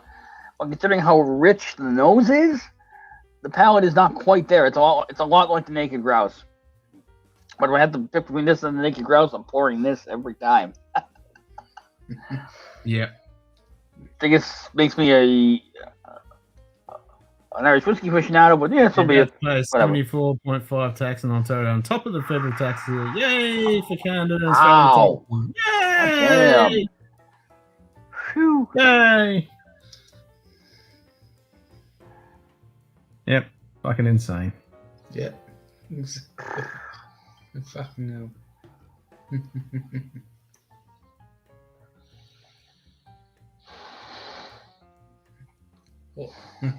What were you drinking, Jim? Bourbon Baller. Connecticut is currently 6.25. I know this because I looked it up when I was having bourbon mule whiskey for me. And I am drinking this, Simon. Let me turn it correctly for you. The legendary Silky Irish Whiskey. This is sourced Irish, the distillery. I think Donald said pronounced Sleeve League. They're not old enough to have their own distillate on the market yet, so they're currently sourcing. I'm not sure who they're sourcing from. Cool. I think Donald speculated it was probably either Middleton or Bushmills, maybe Cooley.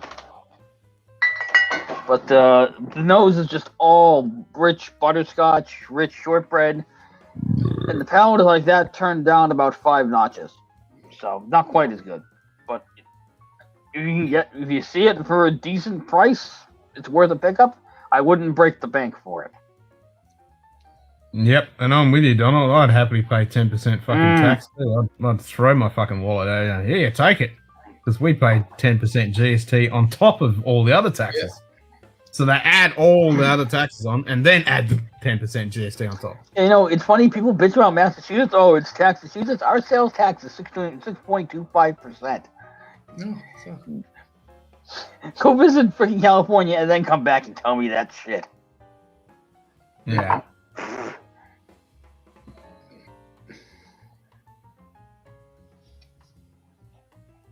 Yep. I wonder. Yep. Exactly the same thing, Donald. Yep. Add all the other shit on top and then put the fucking GST on. Bastards. Fuckers. Fuckers. Alright, on that note, all the fucking fuckers can get fucked. Stealing our money.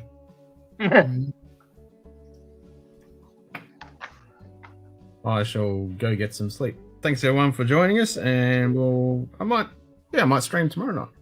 See how we go. Cool. We'll see. Cheers, everyone. Yep. Cheers. Cheers, Ken.